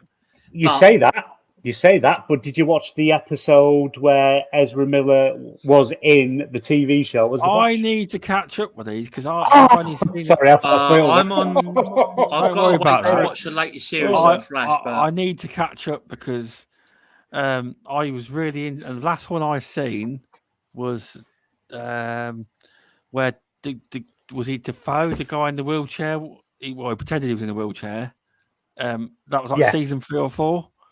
I need to catch season up. 1. Well, we're on season 8. That's season 1. No. There was another one. Oh, yeah, no, the guy with the big head. Big head guy, yeah. The guy with the big head. Yeah, big head guy, yeah. Sorry, just click then Defoe, yeah. Sorry. Yeah, because I think the TV series would be perfect. I'm sorry. He was good. I mean? But I need to watch the Justice League Snyder Cut because... where have you been? It's on Netflix. It's on Netflix. But watch it. Watch it. But But Justice League. You don't want none of this fucking what's his name? League, Josh, whatever his name is, Justice Weeding League, or something. You don't want his version. The problem I didn't like, and probably the Flash in the Justice League, not the Snyder cut. The Flash didn't know what he was doing. He didn't know what he was doing. I'm like, well, this don't add up. The Flash on TV, he's cracked. He knows what he's doing. It's better in the Snyder cut. The amount, honestly, the amount they cut out. I can't believe until you watched it. Don't get me wrong; it's a long ass film, but until you actually watch it and you realise how much they cut out, he won an award. It's brilliant. Oh, I tell you something, because it includes Darkseid and all that. Seed and all that is in it, and it's Apocalypse. Is it Apocalypse? Yeah. Darkseid or Apocalypse, one of the two. I can't remember which one's Marvel, which one's DC, but you understand the actual crux of the story and the characters and how in depth they go. And it's honestly a brilliant film. Brilliant film. I even had to sit down and watch it in my Superman t-shirt. Because I didn't realise it was on Netflix too recently, because they've got Wonder Woman on there, they've got Aquaman. Is it the Snyder cut? Is it the Snyder cut, or is it just the normal Justice League? Let me have a look. I'll have to have a look. I was told it was the Snyder one. I don't think it is, actually. No, on Netflix, I believe. The Justice League, I believe it is. Justice League, no, it's not. It's just the original, the 2017 version. Yeah, no. Sky Cinema, or you can get it on Amazon Video, but I think you have to pay for it, if I'm honest. I think you have to buy it, but you've got to watch it. You could say that sets up. It's just brilliant from start to finish. The film's brilliant, and anyone that says otherwise is wrong. Zack Snyder cut is brilliant. Yeah. Oh, definitely. But talking of Superman, though, did you see that Unreal 5 demo where they've actually used Superman? I think I posted it in WhatsApp or Twitter even, or Discord. Yeah, looks very Discord. Good. That does look good. I'm telling you, we're getting a new Superman game. Fuck Batman, fuck Spider-Man, fuck Iron Man, Superman. You saw the Batman costumes I have to wear at the weekend, didn't you? Yeah. Be careful when you go out running down the street in that. Jesus. Oh, dear. No, there are rumours. I was only reading it earlier today. I can't remember the website. There's like random websites I look at now and again. Apparently, there are rumours that Zack Snyder could be put in charge of Warner Brothers DC films. Only rumours. Only rumours. I don't think he will. I think there's too much after what when they handed it. I can't remember the director they handed Justice League to. Can't remember his name when Warner Brothers handed it to him. Josh Whedon, that's it. And they literally just said, cut this, change this, redo that. Honestly, Henry Cavill, and they had to edit his tash out because he wasn't allowed to shave it because of the Mission Impossible film. I didn't know about that one. It was awful. Absolutely. You haven't got any of that in the Snyder Cut. It's all proper done how it should have been done. Because it's like literally the Justice League we got to see in the cinemas and like it's on Netflix is literally just bits of the film stuck together. Because you look at it and you think, hang on, that doesn't make sense. Hang on, what about that? But why? How's that happened? And it's if you have you seen the Justice League, Stubs? No, he said he's got to watch it. Oh, he's gone. I think he's gone. He's disappeared. But he'll be back. Yeah, but the one thing I liked about that Justice League, the Zack Snyder cut, was it went into each character, and I think that's where I sort of I don't like the expression "fell in love," but I liked the Ben Affleck version of Batman. I like Ben Affleck. He's brilliant. He was dark. He was gritty. It's like, he's been through it. He's seen his parents die. He's grown up. He's had to live with it. He's done this. He's done that. He's had to face adversity. And I think Ben Affleck played that part damn well. It's just a shame they got rid of him. I really wish they had carried on with him. He played that to perfection. Oh no, he was. I know he got slated for it, but I thought he was one of the better Batmans. Yeah, I've been to be fair. I don't like Robert Pattinson. I know people love him. I haven't seen that one yet, so I can't comment. I went to watch it. Took my sons to watch it in the cinema, and he was brilliant. absolutely brilliant. The only problem I had with him, he walked slow everywhere. That's the only thing that annoyed me. Well, there's a few things that annoy me, but obviously you've not seen it, so I won't go into it. I don't want to spoil it for anyone But people else. do say Patterson. It's not. They don't go into detail of like, oh, his parents died. This is how they died. This is how they got killed, etc. It's more like the detective side of Bruce Wayne. That's what I've been reading. No. You see him mainly as Batman, but you see more of like a. It's not as much as this mysterious guy in the shadows. You see him like more involved, if you will, like with the police and stuff like that. It's good. It's a good film. It's definitely. I think they dragged it on for a bit too long, personally, and the stuff that really didn't need to be there. But overall, though, it was a brilliant film, and he was an absolutely brilliant Batman. Really, really good. It's about 2.5 hours, isn't it? Is it 2.5 hours? Yeah. Just over. Yeah. And I won't say any more on it because I'll end up spoiling it, and then I'm gonna get it in the neck off everyone. So no.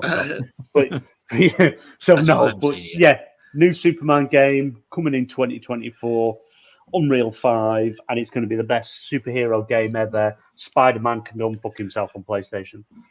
Yeah, but problem is you forgot to mention Spider-Man. I do actually love it. You forgot to mention something, BNG. The Gimp will beat him in that game.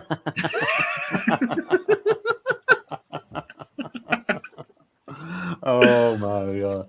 Superman versus the Gimp. Yeah, it'd be a tough one. A tough one. Have you seen the new Spider-Man film though?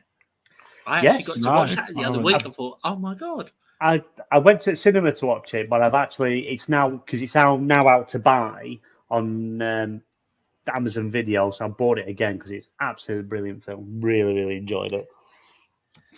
I still think Andrew Garfield was the best Spider-Man. I know people like Tobey Maguire and people like what's his name, Jules Holland. No, not Jules Holland.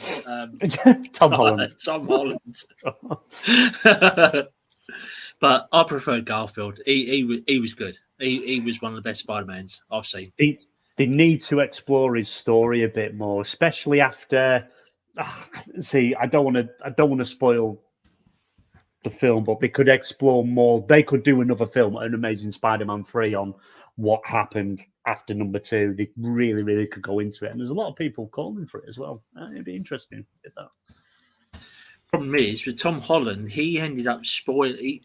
He was sort of coming out in interviews before the film, wasn't he? He was saying things. He goes, "Oh, I don't know if I could say this. I don't know if I could say this," and then he was letting things out. And then, because I think he was the one that said, "Oh, there might be 3 of us," and then, oh, what happened? A few days later, 3 of them appeared. So. Well, as I say, just to Dragonheart there. No, I think he's actually Batman a lot longer than that. It's just a bit of a little slight different take on the universe. He's actually been Batman for a while, but he's kind of gone into himself, and everything's just run down. So it's definitely worth a watch. It's but he doesn't have Batman in all the other films, how they're all completely terrified of him. It's like he's got people that are scared of him, but more not, if you will. But I don't want to spoil anything. But yeah, definitely watch it. Definitely watch it. It's good film. That's what I'm just looking. I think that I stopped watching it a little bit. The Flash through season. I think I stopped watching it a part way through season 5. Oh man. That's where crossovers. What's his name comes into it as well. Now, I'm sorry, but I know people didn't not like the Arrow much. I didn't like season 4. I did not. No. I like the Arrow. No. I'm not slating it. Season 4. Even my wife sat there and watched season 4 with me. She goes at the end of season 4. She goes, you know what? That was more like a fucking romantic story than a fucking DC, Marvel, so DC comic sort of thing. You know, it's more romantic about his love life. There was hardly no action. No. But season 5 onwards was absolutely fantastic. Season 1 was the best. Yeah. Because season 1 was dark and gritty. Why they sort of ended it. They could have made that into movies, man. I can't work out if I've seen the whole series or not, you see. I have. Look. Well, at the end of Arrow is when they did the full crossover with all the other shows. I think Legends of Tomorrow, The Flash. No, and night. So was it Supergirl? I found this website. I'm not saying what website, but he's got everything on it. And the bloke that played Deathstroke in Arrow was absolutely fucking brilliant. I'm telling you, he was fantastic. I can't remember his name off by heart. It wasn't the bloke that played the Punisher. It's I can't remember his name, but the bloke that played Deathstroke was absolutely I know. fantastic. Yeah, he was briefly used. Wasn't he briefly used in the Batman versus Superman film at the end as Deathstroke? That's right. He came in for that. Can't remember his name, but yeah, they used him. Have you watched the Superman and Lois series yet? Because that's on BBC iPlayer now, season 1. No. Oh, watch it. No. Amazing. Probably the best Superman series I've ever watched. Have you seen what the BBC and that have done on that? I might be wrong, but can you get Only Fools and Horses, etc. on Netflix now? My missus was saying, I've got the box set. I've got no reason. See, I always said that the way they make BritBox work in the UK, get people to subscribe, is pull all the content off Netflix. And she seems to think they've started to do it. They've started to remove the content off there. Didn't they when I used to have Netflix? They had sort of like season 4, 5. And 8 or something of like Fools and Horses. Right, so it's not on there now. No, they pulled it off Netflix. It is actually. I can go. I've got Sky Glass. I could go down now. I've already got it in my playlist, and it's straight on BBC. We've got BritBox. She was mentioning because I always said that to make BritBox work, you'd have to pull it off Netflix in the end, and then they obviously have. That's their way of doing it. Yeah. Same with Faulty Towers and stuff like that. That's all come off now. It's all on there. It's like slowly and surely as deals finish, you'll see it be pulled off and go exclusive. Won't well, it? It's like the Punisher though. That's been pulled off of Netflix now and put onto Disney, isn't it? And Iron Fist, Daredevil. Well, that's interesting because Disney never produced it. It was a Netflix production, so that's strange. They must be paying. They must be paying. I bet they paid Netflix to get it because Disney only had the rights and Netflix actually paid to produce it themselves. So I bet Disney paid Netflix to have it on there. Oh, of course, Iron Fist, they're welcome to. I'm going. They pulled them off now. They're all on Disney, but. Daredevil, I love Daredevil, brilliant series. I've never really liked him as a character, but the actual TV series grabbed me. And I don't want to. No, don't say it. Don't say it. I know what you say. As soon as you said Daredevil, I thought, no, I can't say it. I can't say it. Don't say it because we'll get lynched. No, don't say a word. Zip. But what I will say, the character, the bloke that plays Daredevil, is absolutely fucking brilliant. Matthew, is it Matthew Cox? Is that? Yeah, Matthew Cox. That's it. Yeah, that's it. Yeah. But the bloke that plays Punisher, he's brilliant. He was in an interview a little while ago, about a month or so ago, basically saying he's waiting for a green light for the next season. He said he doesn't think that'll be too long, but he's open, he's ready and waiting. So hopefully. Yeah, maybe. He was in the guy that played. I can't remember his name, and I knew his name. He played the sheriff's deputy in Walking Dead. But he was also he was the main villain in Ghost Recon Breakpoint. That's right. Well, yeah. I can't remember his name. His name's escaping me now. Yeah, there's a tidbit here. Pudsey said this is the second time that Darren's been involved in a podcast where there's been a topic directed towards TV. Yeah. It wasn't scheduled. This is all unscripted. Frank Castle. Yeah, that was a character. Yeah, that was the character. But But yeah, no topics this evening. It's all just That's right. random. My mind escaped me. I am Googling. I am Googling. My mind's So gone. It's all right. Dragonheart, John Berthel. That's it. That's it. Yes, that's the John one. Bernthal. Yeah. Cheers, mate. Thank you. Thank you. Yeah, because he played Rick Grimes' deputy underneath him, and he ended up getting kicked. You know, Smith, I've never watched Walking Dead. I couldn't even tell you. You can tell I I never haven't seen waiting much to this. catch the last two series. I haven't seen any of these films. 'Cause I'm not saying that. That's why I haven't seen any of them. Oh, Stubzy. You need to be watching these films. We need. I know. Oh, you're missing I'm not out. a Sky buff like yourself. No, Sky. but I tell you what's coming out on the 26th to buy and rent the new Uncharted film with Tom Holland in. Don't get me started.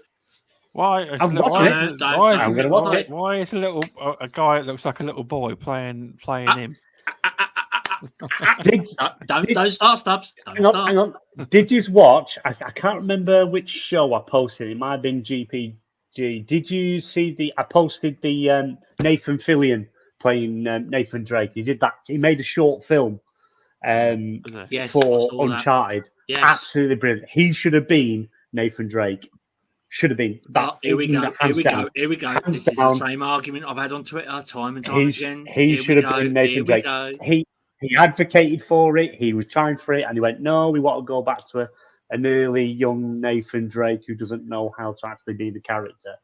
Who even said that he didn't think he did well, and what have you, did Tom Holland. But yeah. But I'm gonna watch it. Still gonna watch it.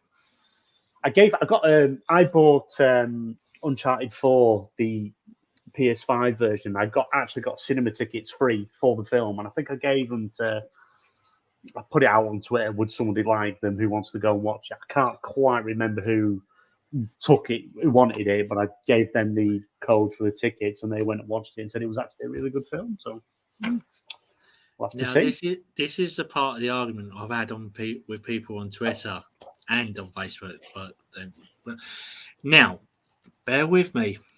Uncharted, Tom Holland. Yes, I understand. He was Spider-Man. He's Spider-Man. Yes, admittedly, they could have waited 5 years for him to finish as Spider-Man and then move on to playing Nathan Drake. Yes, I admit that. Right. Now, bear in mind, this is what Sony said as well. It is a young prequel of Nathan Drake.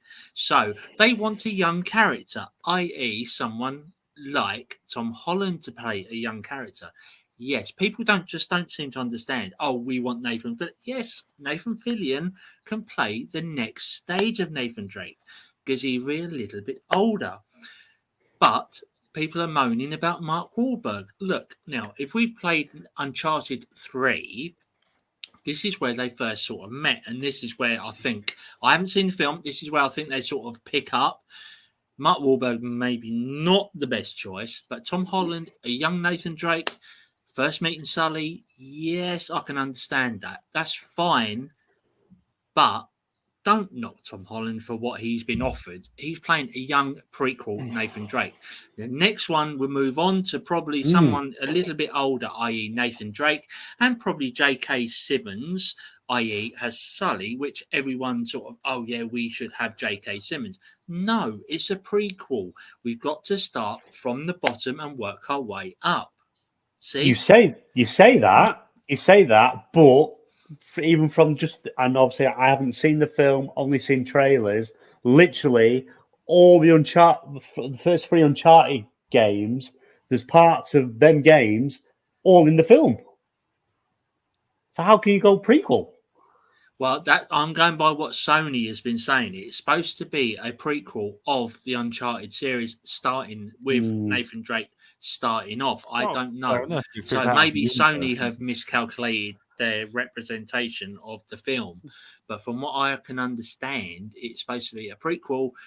Tom Holland, a young Nathan Drake, starting off, getting into, obviously, I don't know if you've played the games or whatever, you know, he escaped from home with his brother, blah, blah, blah, blah, blah, etc., etc. And then he gets into, like, artifacts, like, i.e. Tomb Raider, Lara Croft, or whatever her name is, and then we move on to Sully. He meets Sully, blah, blah, blah. Yes, I know Mark Wahlberg has got an awful tash in the film. I've seen clips of it. It's not clever. But then maybe from the next one on, they can move on to Nathan Fillion as they progress, and then they can move on to J.K. Simmons as the older Sully. I don't know, but you know what I mean? It's supposed to be a prequel. That's from what I can understand. Yeah, but because Mark Wahlberg originally went for the Nathan Drake role. That's the original role he went for. About 4 or 5 years ago. Yeah, yeah. And it was oh, no one likes you, Mark. Oh, but no. Yeah, but a lot of people have had trouble. It's trying to explain. People have been moaning about Tom Holland. Yes, I understand he plays Spider-Man. They said, "Oh yeah, we could wait 5-10 years and then move on." Well, in about 5-10 years, you know what I mean? He'll be middle-aged, sort of like Nathan Drake. So it wouldn't be worth doing sort of like a young prequel sort of stage of Uncharted film, would it? You know what I mean? Yeah, because you're basically skipping a stage. Yeah, but it wasn't really that. It was he did an interview, didn't he, Tom Holland, while I think he just wrapped up finishing filming, and he even said himself that his head wasn't really in it, and it was kind of like almost felt like he was doing it as like a cash grab type thing, not actually putting into it what he did with like Spider-Man. And I think that was a lot of the complaints, that he was pretty much like, yeah, whatever attitude. I think that's what's put more people off. I like Tom Holland. I think he's quite a good actor and quite a diverse actor, but I just didn't really see him playing Nathan Drake. I know he had oh god, what's his name? The guy that plays Nathan Drake's voice, famous voice actor. Oh, his name's escaping me. What's his name? His name's escaping me. He was on set with him, like explaining how he did stuff and what he did and how he saw Nathan Drake would act to this scenario and that scenario. Nolan North, that's it. Thank you, Nolan North. Thank you.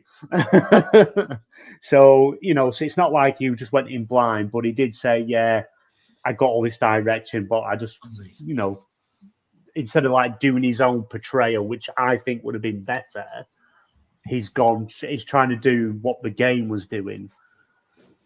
No, nobody listened to that. That message is completely a lie. BMG does not like Sonic. Sonic, as far as I'm concerned, yeah, but you can see what I'm trying to say though. It's supposed to be a prequel. It's like an early version of Nathan Drake. Oh yes, I do like Sonic, but BMG doesn't. Oh yeah, BMG does like Sonic actually. He texted me earlier. No, he said he can't wait to see the new Sonic film and Jim Carrey, because he thinks Jim Carrey is a fantastic actor. No. I'm going to find my pit. Where's that? I'm going to find the picture of Sonic hanging and share. No, but like a lot of people have been moaning about Tom Holland about playing as Nathan Drake. I'm honestly, I'm taking it as a prequel, and I'm going into it with an open mind. I haven't seen the film yet, so I'm going eyes wide open, open mind, clearing everything what I've heard and read, and just watching it. Same as a new Batman film. I'm going in with an open mind. Yeah. I'm not listening to anyone. Do we think now that, obviously, because we're seeing a lot of like games being adapted to films, do we think we could end up back in that like scenario again, where we're going to get licensed games based on films again, back in the late 90s, early 2000s, where every film that came out there was a game connected to it? Do we think we could end up going sort of that route again? Oh well, like the Mortal Kombat films. Yeah, like Matrix again. Go back down the Matrix route. Maybe, yeah. Because, but hopefully not based off the new Matrix film. The old Mortal Kombat film was fantastic. Second one was, I won't even mention it, but the new one that got slated, and I've had arguments when that came out. I had arguments over Twitter over that as well. I thought it was absolutely fantastic. I tried to explain to people, say, look, it's a new way of doing it, new generation. Yeah, but this character does it. I said, look, give him time. Give the director time. It's his vision. Just let it go. Let it flow. Yeah, but yeah, I honestly do think we're back in that time now where I think they could adapt movies back into games. And I think the new Mortal Kombat film's fantastic itself. Yeah, I enjoyed it. Yeah. I must admit, I did enjoy the film. I did like it, but yeah, I'd like to see more games based on games again. Now the technology is a lot more forward, Seen and the Resident licensing Evil can be a lot film? more flexible. It's awful. I hated it. Oh, come on! No way. I could have painted a wall and watched it dry, and I would have found it more No interesting. way. Yeah. What is it? I know everyone's entitled to their opinion, but man, that film was absolutely brilliant. Oh, I thought the first one from years ago, from Millie and Michelle Rodriguez, that was brilliant. That was good. But I thought this new one was absolutely fantastic. I thought the new one was brilliant. They copped that first bit in the Resident Evil mansion when the zombie turns around and you're like, and you think, oh my God, here we go. And that was it. All right, they've cut it short a little bit, obviously for time restrictions and that, but I think it's good. I think it's got potential. Yeah. This is interesting. Have you seen the stills that have been posted, if it's true, of the new Indiana Jones game? No. Oh, breaking news. Oh, they look. Stubbs' cast. They look good. Yeah, it's like 4 stills. Of Indiana Jones the game. If that's what it is. Yeah.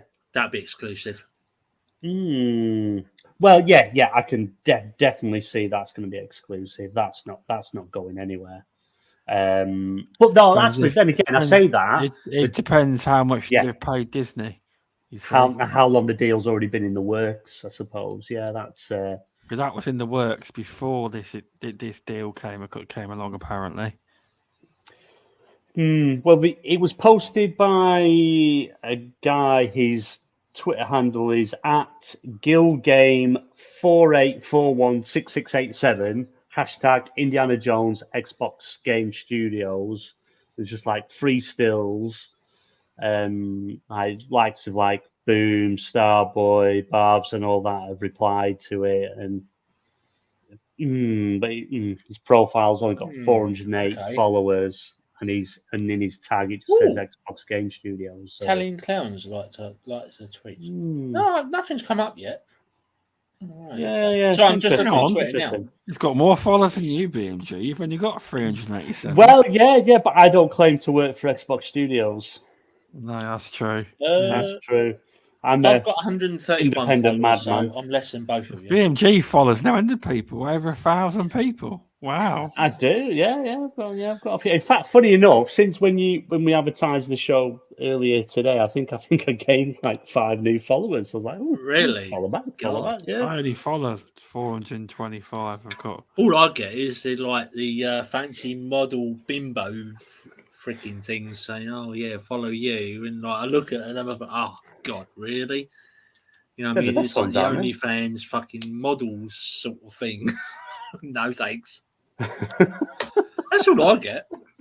Oh, behind the old paywall. But my claim to fame is I get the infamous Pong Soul following me, so I'm happy. I like it. Pong, yeah. I think he follows me as well. He's a good guy. He's Pong. He's always. I agree he's what one he says. guy.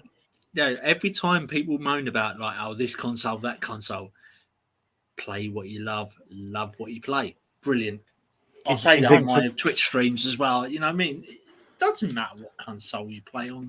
Just play the game you love. Thanks for popping in, Looper. It's good to have you here. It was. Thanks. Cheers, Looper. Thank you. Cheers, Looper. But yeah. The Pong Soul he just, I'd love to have whatever he's drinking, because literally he's just seems to be on a bounce, smiling, energetic constantly. I don't know how he does it. And Steel Rain as well. He's just such a positive guy. And they're Living Split Screen podcast again. Awesome show, awesome to watch. Oh, I love listening to them. Oh, they just I don't know how they do it. I really don't know how they do it, but pair of awesome guys. Definitely good show. Okay, yeah. Oh, right. So I've just got a message. Okay.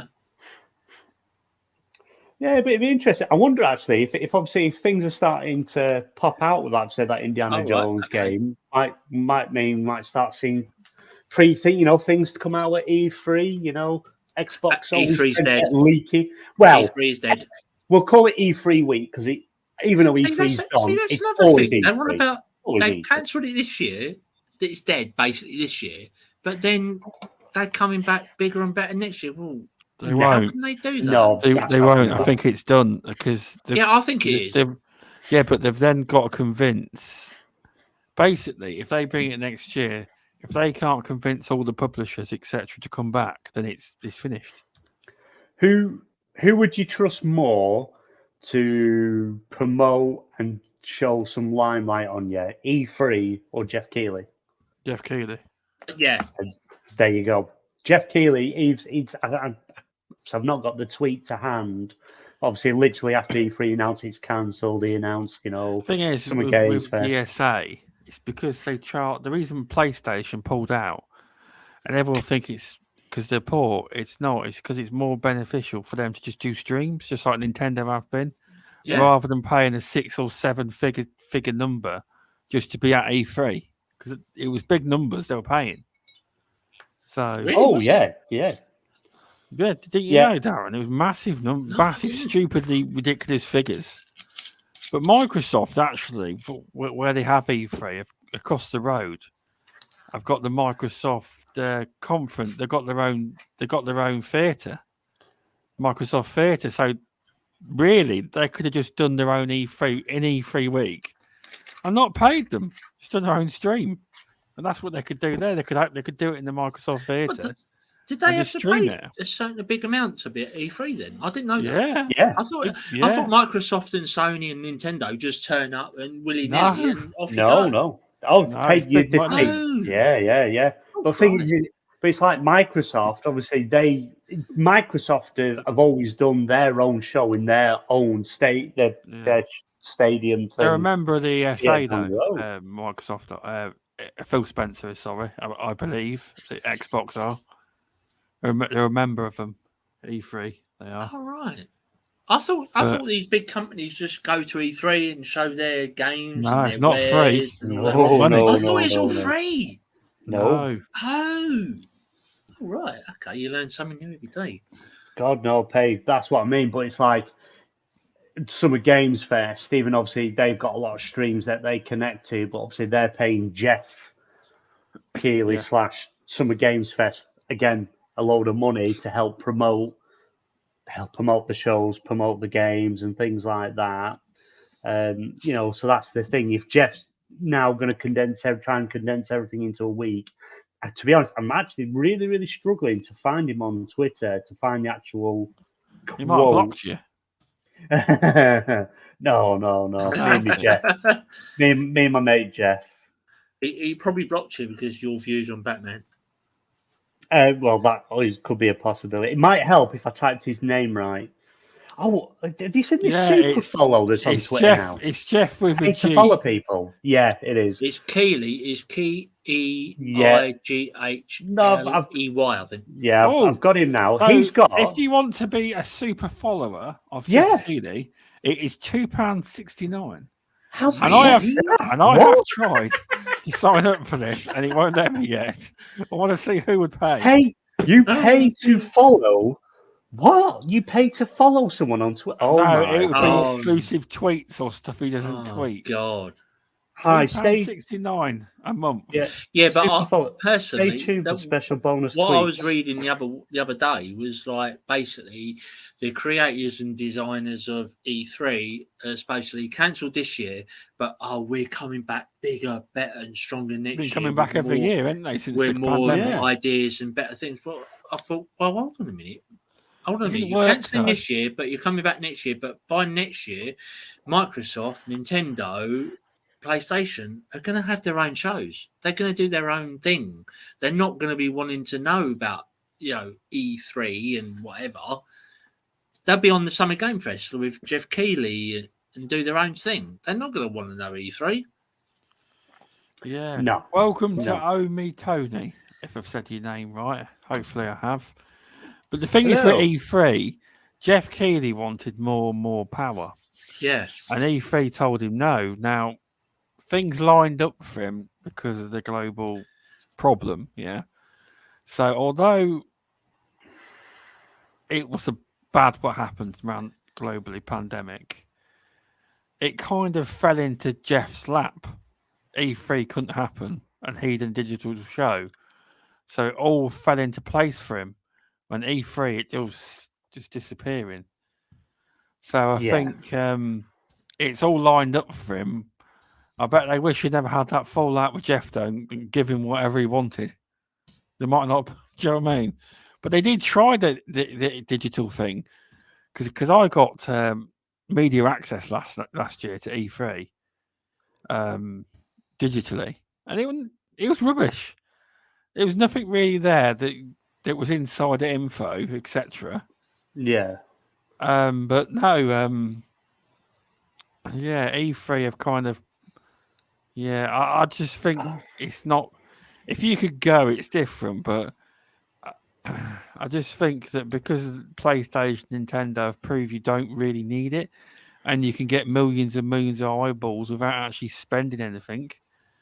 You can just do it yourself on your own YouTube channel, Twitter, all the platforms at once, and get as much attention. But as well, because all the sites stream it, they're a stream of your stream, and but it used to be that every news channel in the world used to cover E3, and I think they still do. But they'd still, if you had some big news on the Xbox, they'd still cover it. Like would E3.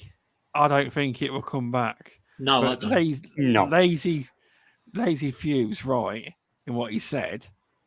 It is awesome when my PlayStation or Xbox make a great announcement. It is awesome hearing that, the cheer of people. But I don't think. I think E3's finished. I do, to be honest. Yeah, you're not going to see that again. That's not coming back. Of course, they're going to say they'll be back next year, because obviously, if they turn around and say we're done for good, that's it.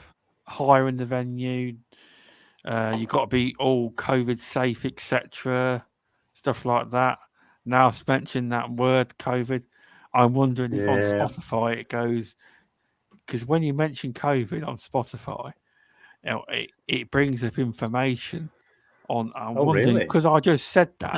I wonder if it's scanned because I want Joe Rogan. I listen to Joe Rogan. He's mentioned I do. different viewpoints of COVID. Well, ever since that, everyone cried about it on the internet and all that, different viewpoints. They mark even if he just says COVID the once and really doesn't mention it, they mark it as COVID. So I wonder if it comes up. But since then, it's a lot of hassle for him to organise E3, thousands of people going through, hiring the venue, etc. I just think that digital age and E3 was a great thing. But I just think I think even some people that I know that in the community that are a lot bigger, the kind of YouTubers, and they do love E3 because they always used to go to E3, and even in the end, they admit that it's probably not going to come back because it's been proved that PlayStation, Nintendo, that they do fine without it. And Xbox did fine without it last year. So it's been proven you don't need it. Really, it's more of a fan service thing, to be honest. If you can go, it is. It was never originally for the fans. It was all media. It was for media. I think having fans going is what's made it worse. But media, it's better for them if they can catch something that's online there and then tied post than all have to pay the expenses of gathering somewhere to, and because obviously COVID is, say the bad word, it's still rife, it's still going around. Gathering all that amount of people in one area is just disaster. But I don't know. I prefer. I would rather just have online shows where I would like everything in a week if you could. Exactly.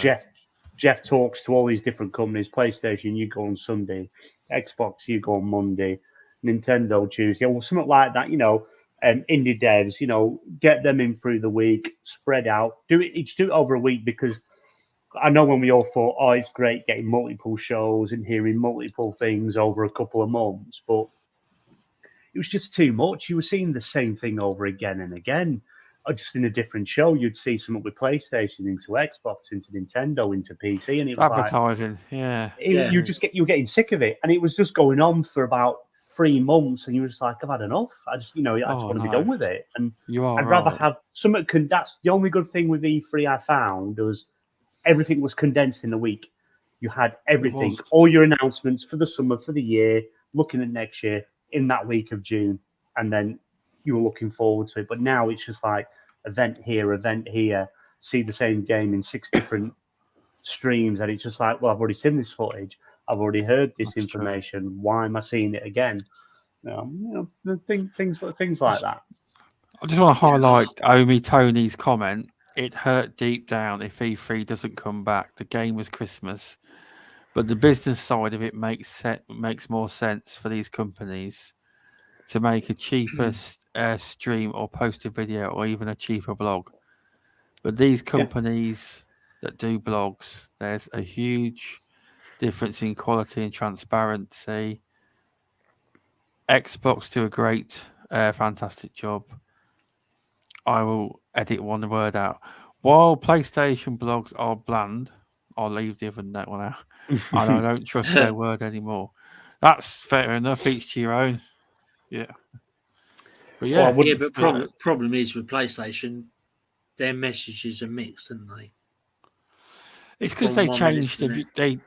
They obviously change when they see something's not working. They do change it over time because what you've got to understand is Microsoft is a Western company, whereas everyone goes about Jim Ryan, but what people have to understand is, although he's head of PlayStation and Sony Interactive. I just mean the entertainment division. He has to go to the board of directors in Japan and convince them, and they're not very easy to convince because Japanese, they have a different way of doing business. It's not all about money, you see, in Japan. Although you'd think it's not the way they work. It's like when they have acquisitions, it's like if you can ever find me an acquisition where an American company have been able to acquire a Japanese company, please send me the link because you won't find one. No, they're very patriotic. Trying to do that for ages. But they are very. They will eventually get there. Just the Japanese are very cautious. That's all. So although everyone slags Jim Ryan off, he's not the man at the top. He's got to convince a board of directors that are most likely very old people to change their minds, and it's not easy. It sort of goes back to the old age, doesn't it? The Western versus blah blah blah. That's what it goes back to.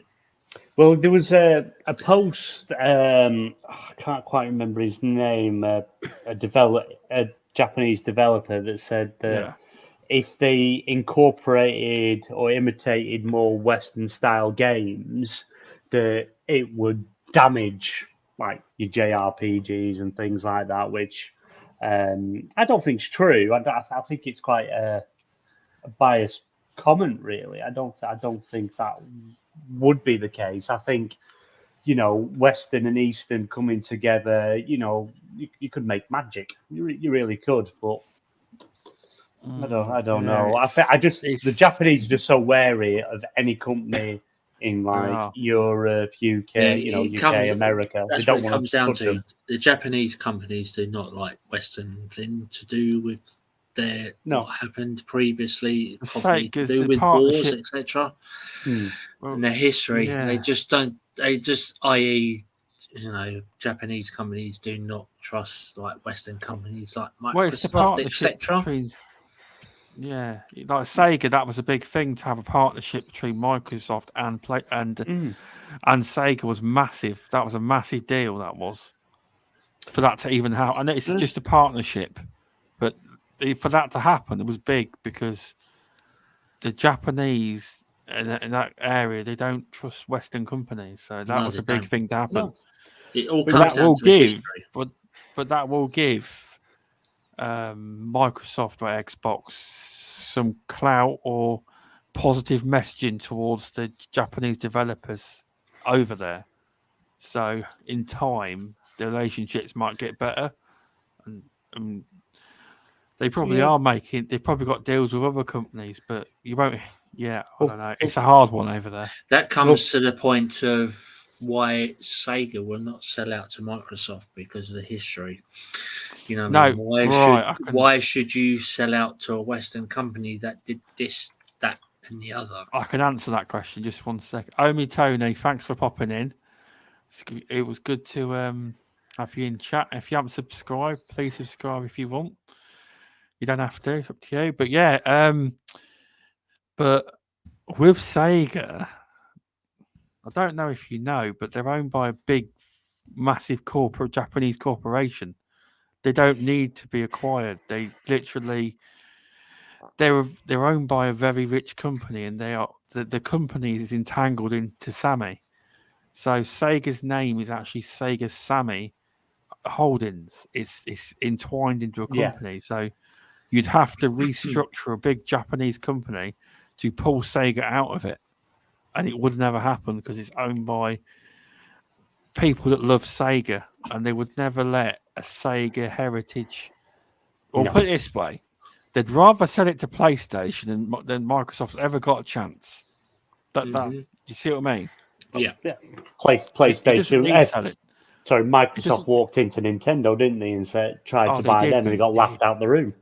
Steve Ballmer tried to buy them, and they invited them over just to laugh at them. Yeah, laughed them out the room. Yeah. So they've got Microsoft. It's always going to be an uphill battle. Phil Spencer has had multiple trips over to Japan to see their studio over there. But obviously he'll be having meetings, having talks, trying to convince, Japanese developers to make games for them, or to buy them, or however it works, or what he's going for. But I just don't think he's had much luck. I just don't think the Japanese side of gaming and developers, publishers, studios want to deal with Microsoft. I just don't think they want to. There's a lot of developers in Japan that are only exclusive to PlayStation, but there's no such deal in place where they've actually signed exclusivity. It's just blind loyalty because they're Japanese.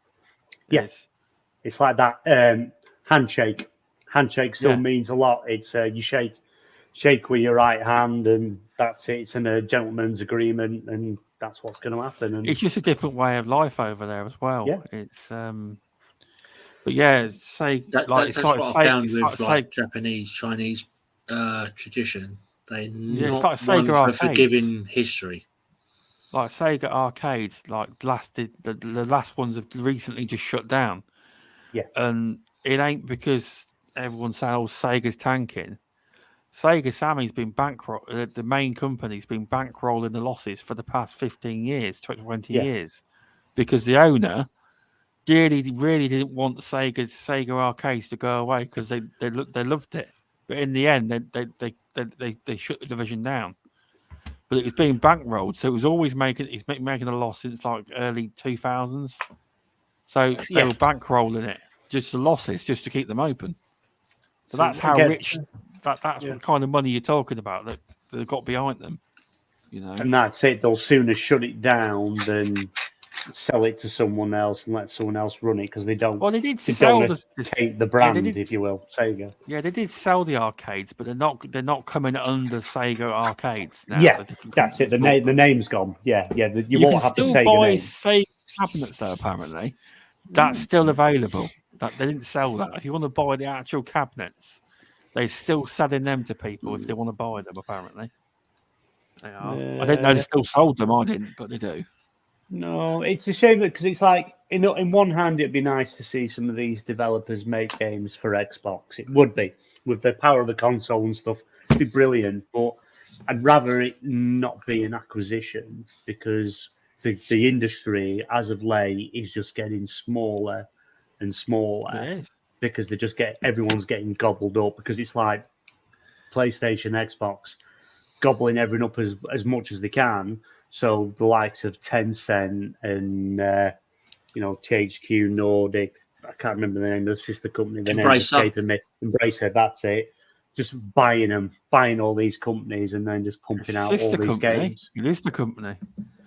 I did read a while ago that Tencent was sort of warned off of dipping their hands in certain companies. They got to stop purchasing parts of companies, they've been told to back off. Apparently, that's Tencent. that was that is. but that wasn't anyone official, and they won't pay the blindest bit of attention to that whatsoever, unless it comes from the Chinese government, and it didn't. Yeah. I think it was it was claimed it was Microsoft and people like that said it to them. But that would have been a problem if the Western companies had said that to them, that would have made them more inclined to buy up more companies, just to spite them. Yeah, exactly. But you are right. I also heard that rumor as well. But as you know, the Western they don't get on, so that would have actually given them more incentive to buy up more companies and invest in more. That's the problem. If that really happened, it might have the reverse effect. Yes. Yeah, definitely. Yeah. But Embracer Group are one of the biggest. It's the most confusing company going. They buy companies, but they're not all under Embracer. Like they get a company like THQ Nordic, and they start purchasing companies under that brand, and then they purchase companies under all the different developers, and it's a tangled mess for anyone to understand what they actually officially own. It's like, I believe it's like, I might be wrong, but it's something like 80 to 90 developers that Embracer own. Yeah. It's so complicated to actually understand what they own because they don't admit it. They don't admit all the studios they own. It's a bit dodgy. And how they get away with it as well, because it's very dodgy. It's like, is it because of the small studios? They manage to gobble them up, and like likes of these EU Commission, FTC don't really look at it. It's like, no worries, because obviously they're not they don't have a console or anything. They're putting their games out on everything, which is a good thing. It is good. We may not fully agree where the money's going for these games, but it's keeping these developers in business, helping them make the games they want to make, because obviously they're just chucking money at it, and it's getting to play games we haven't played in a very, very long time. Who thought THQ would ever come back? And now look, they're making games with IP, with their own IP again. What's happened to Time Splitters? I think you're going to see it. I think that's. Oh man! I think you're going to see that.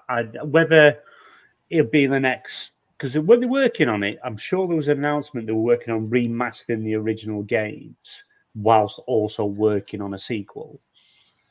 But I think that might have been about 2-3 years ago that news came out. I could be a bit off with that, but I think you're going to see something with them soon. But with remasters with them companies, there's not much love going into them. And, you look like the Destroy All Humans game. That was a bit... It was remastered, but didn't really look that much different. Yeah, it didn't look that much different. Didn't play any better. It was still janky. The controls were awful. So they're not putting much love into it. It's cash grabs, isn't it? It's get them out.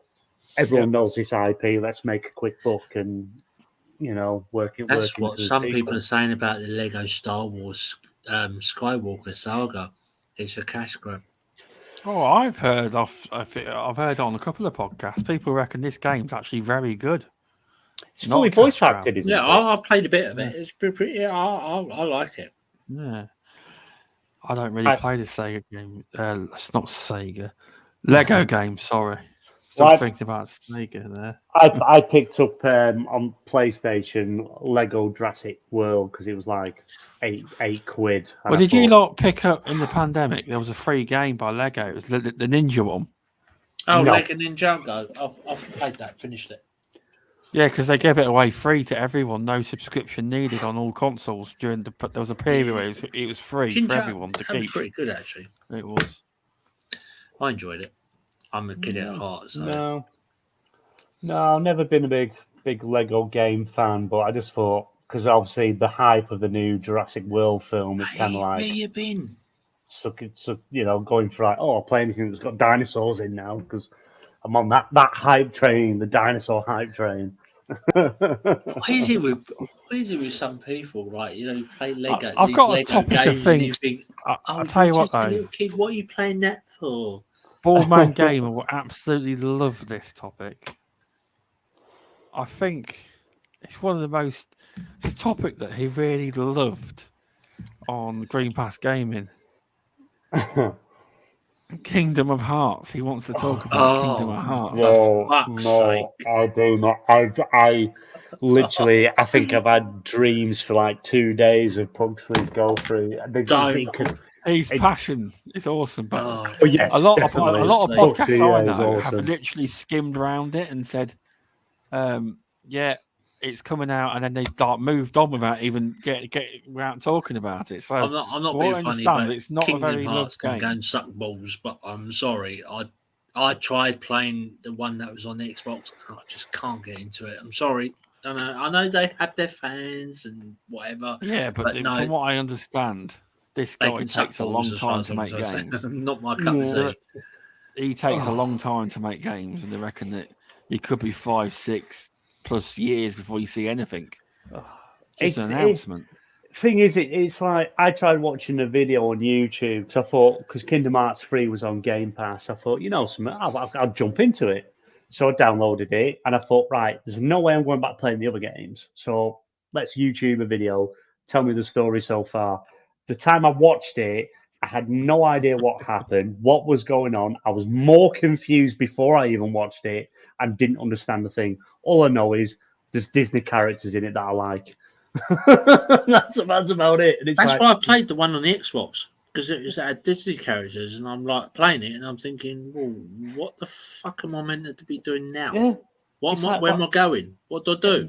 Why am I talking to Hercules? And hang on a minute, why am I talking to Woody and Buzz Lightyear? What? I didn't just guy that's in every game. Fans, but nah, not yeah, no. It's a game that should go where E.T. went and Sonic should go, and that's in a lantern. Should be buried, Well, apparently they're doing a new one, aren't they? Apparently. What, Kingdom Hearts?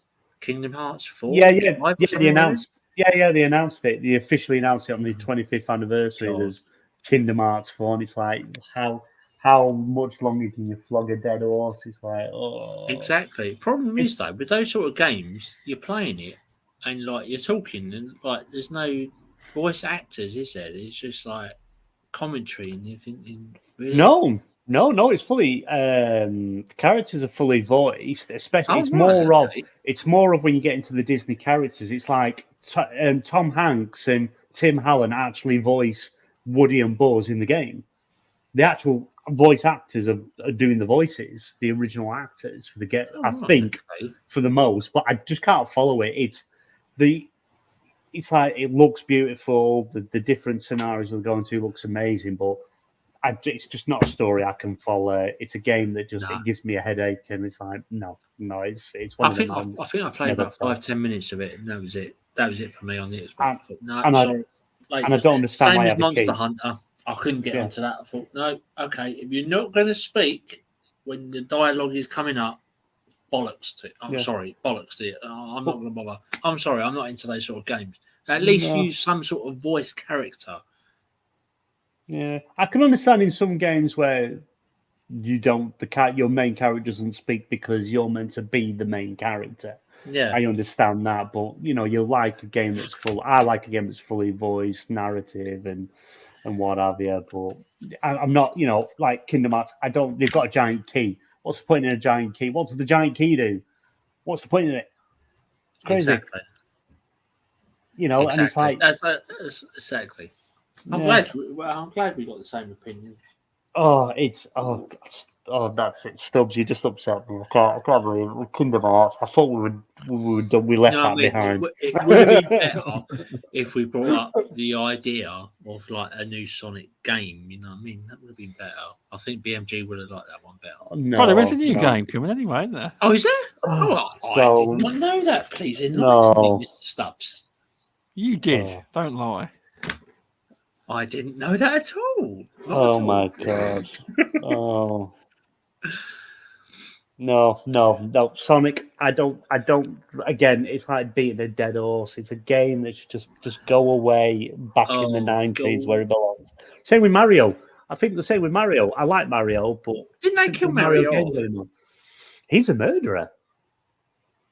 Didn't I read a few months ago, or maybe last year, that Nintendo were going head on and, not sort of like upsetting too many people, but like, oh, we're going to kill Mario off. Mario's Nah. at it no more. No, it was the that 25th whatever anniversary. It's not 25th. I can't remember whatever anniversary is. They brought that game out, but the game was only available for so long, and then it was taken off to buy. So everyone was like, "Oh, it's the end of Mario. You can't buy Mario." That's what I thought. I thought Yeah, they killed them off, no, and then no, like, they no. started bringing games out. I thought, hold on a minute. Yeah, no. It was just a limited game for a limited time, and obviously through because it's like, why? What's the point in that? Because there isn't a point in that. But yeah, I still remember Mario as a kid. All them bricks were actually people that you were Luigi's breaking Mansion. and killing. No, the original. No, remember the original games? They had all the bricks when you jumping across and you're bashing them to destroy the bricks. They were all actually. Yeah. You started Mario. As you ran along, you saw like all the bricks just floating in the air. Yeah, I don't they were remember all that one. they were all villagers. You were actually every time you were destroying them, you were actually killing people. Now there was rumours at the same time they're supposed to have killed Mario off, that they're going to kill Mario off and bring Luigi back into the main attraction, but obviously that one went out of the window. I can't see how that would work myself, because Mario's the main pinpoint of Nintendo, isn't he? Yeah, he is the forefront main figurehead mascot, whatever you want to call it, of Yes. Nintendo. He always will be. They'll never stop making them because people keep buying them. Look at, you haven't done a new Mario Kart game because Mario Kart Deluxe 8, whatever it is, just keeps selling and selling and selling and selling because people just love Mario Kart, and anything with Mario in is going to sell. Going to Oh make my fortune. god! The latest Mario news I know of is Chris Pratt voicing the plumber in an upcoming movie. Oh my god! Yeah, Really? That bloke gets everywhere, doesn't he? yeah. I think everyone's blocked that one out. I think. Oh, It does. But Oh my god! it's been a good chat. I mean, are you working tomorrow, BaldmanGamer? no. Oh, you're Going not to the actually. Okay. going to the in-laws for tea. But yeah, no. It's God. We've been going on for quite a while. Yeah. No, good time to wrap up. I think. Yeah, it's been a good one. I mean, we might do one of these every so often if you fancy it. Yeah. I'm up for it. Up for it any time. I can always just get on my soapbox and ramble about something. But no, it's been a good show. It has. It's been a fun one. Quite a few people actually watched it, so it's nice. Doing well. Oh, awesome.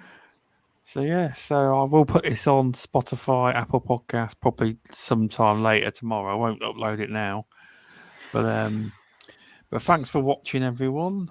Yobi Heart Dragon, Lazy Few, Pudsey, who else? Misuku was earlier. It's quite a bit. Omi Tony's gone. Warwick's gone, I think. Yeah, Yobi Heart Dragon was also a friendly pest earlier. And Assassin Looper was in chat as well, if I've not missed any more. But yeah, thanks everyone for popping in, and thanks BaldmanGamer. Do you want to tell people where they can find you? Yeah, thank you again. Thank you for arranging this, Stubbs. It's been an awesome show. It's been fun just sitting chatting about anything really. It's been nice, and yeah, you can just find me on Twitter at BaldmanGamer, and pretty much, and you want to talk to me there, DMs are open. Just find me there. Yeah, thanks. It's been fun. It has definitely, and thanks to Draconius, aka Darren. Yeah, thanks for the invite. It's been, wow, enlightening, shall I say. In BMG, you got your wish, 3 of us together. There you go. Yep. You can find me at Draconia67 on Twitter, or you can find me at DarrenH73. It's always streaming on Twitch. I'm always giving it a go. So You will get to affiliate, don't worry. You will get there.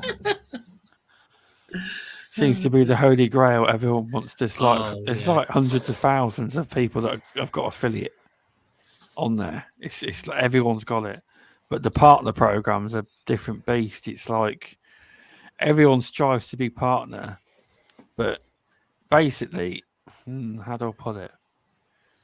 your face needs to fit basically to become one. You can hit all the targets you want, have all the viewers you want, but unless they like to look at you and they like you, I know people that have actually met partner status and just keep getting rejected. Really? It's wow. a bit corrupt. Yeah, the partners are no very chance rarely to be there, BMG. Well, they You're rather talking give French to me. They rather give. Well, they maybe I don't know. They probably give them out to them people that like to go and the tubs. Probably give them partner. I'm gonna give it a go. I'm gonna go and get myself my swimming pool on camera. Sell pool water. Hey, don't forget you got to show your man boobs as well, because like a certain Twitch streamer that I clicked on, I was just innocently I thought, right, I'll come off stream. Innocently, I clicked on. I thought, right, okay, I'll go to my home channel, and this certain woman came on, and she's literally showing everything. Not like naked, but like you could more or less say that. Okay, let's be naked, and she had 9.2 thousand viewers, and I'm thinking, hold on, I'm doing something wrong here. So maybe if you show your man boobs and a bit of bum cheek or something, you might get the viewers. I liked you had to slide in the word innocently clipped in there. Yeah, exactly.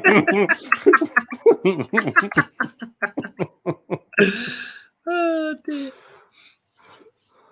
Yeah, her name begins with A, by the way, but I think you can imagine who I'm talking about. But I was just literally come off stream. I thought, right, I need to go and do some housework or whatever. I thought, right, I'll just see who's on, and her name came up first, and I looked at it and I thought, really, hot tubs, and she's giving relationship advice, and I'm thinking, hold on a minute, you're next to naked, you're not like hardly any clothes on. Nah, this can't be right, surely. But she had nearly 10,000 viewers, so I thought, well, she must be doing something right. But how long did it take you to click it off, though? See, I can't work it out right. We're on Twitch, right, and a load of these people are talking, right, on like podcasts like we are, and they've got hundreds, and some of them have got thousands of listeners on Twitch. I don't know how the hell they do it. I don't know. That's what I mean. No. The average free viewers thing. You know what I mean? That's all I need to become affiliate. But like, I'm thinking, how? Why? How do you get that? But But if you look, I have noticed a few times if I go on Twitch on the app and you can go like browse and you can put filters in. So I'll put filters in lowest to highest views, and you'll see like the first like 30, 40, 50 to 100 streams, no viewers. It's crazy. It's crazy. And then it jumps up to like 1,000 and 10,000 and. It does, but yeah, it's been good. A good show, good chat, and thanks for popping in, everyone. It's been a good show, and I will be back on the air tomorrow night with Centurion 1307 for Plastic Platforms, the WrestleMania / gaming special. More likely, just talking about wrestling, catching up because it's been a while since we've done one. I've got a few comments to make on that one. At the same time. 10 p.m. BST and 5 p.m. EST. Is it on YouTube? Stubz 316 says, I just whipped your ass. Yeah. DCA. But anyway, we'll be back then, and I will drop this into the Midweek Gaming podcast feed. I will sometime tomorrow, so it'll be up there. So BMG can go, look, I'm downloadable. Yes. Yes. He'll be playing this to his customers in his car. That is it.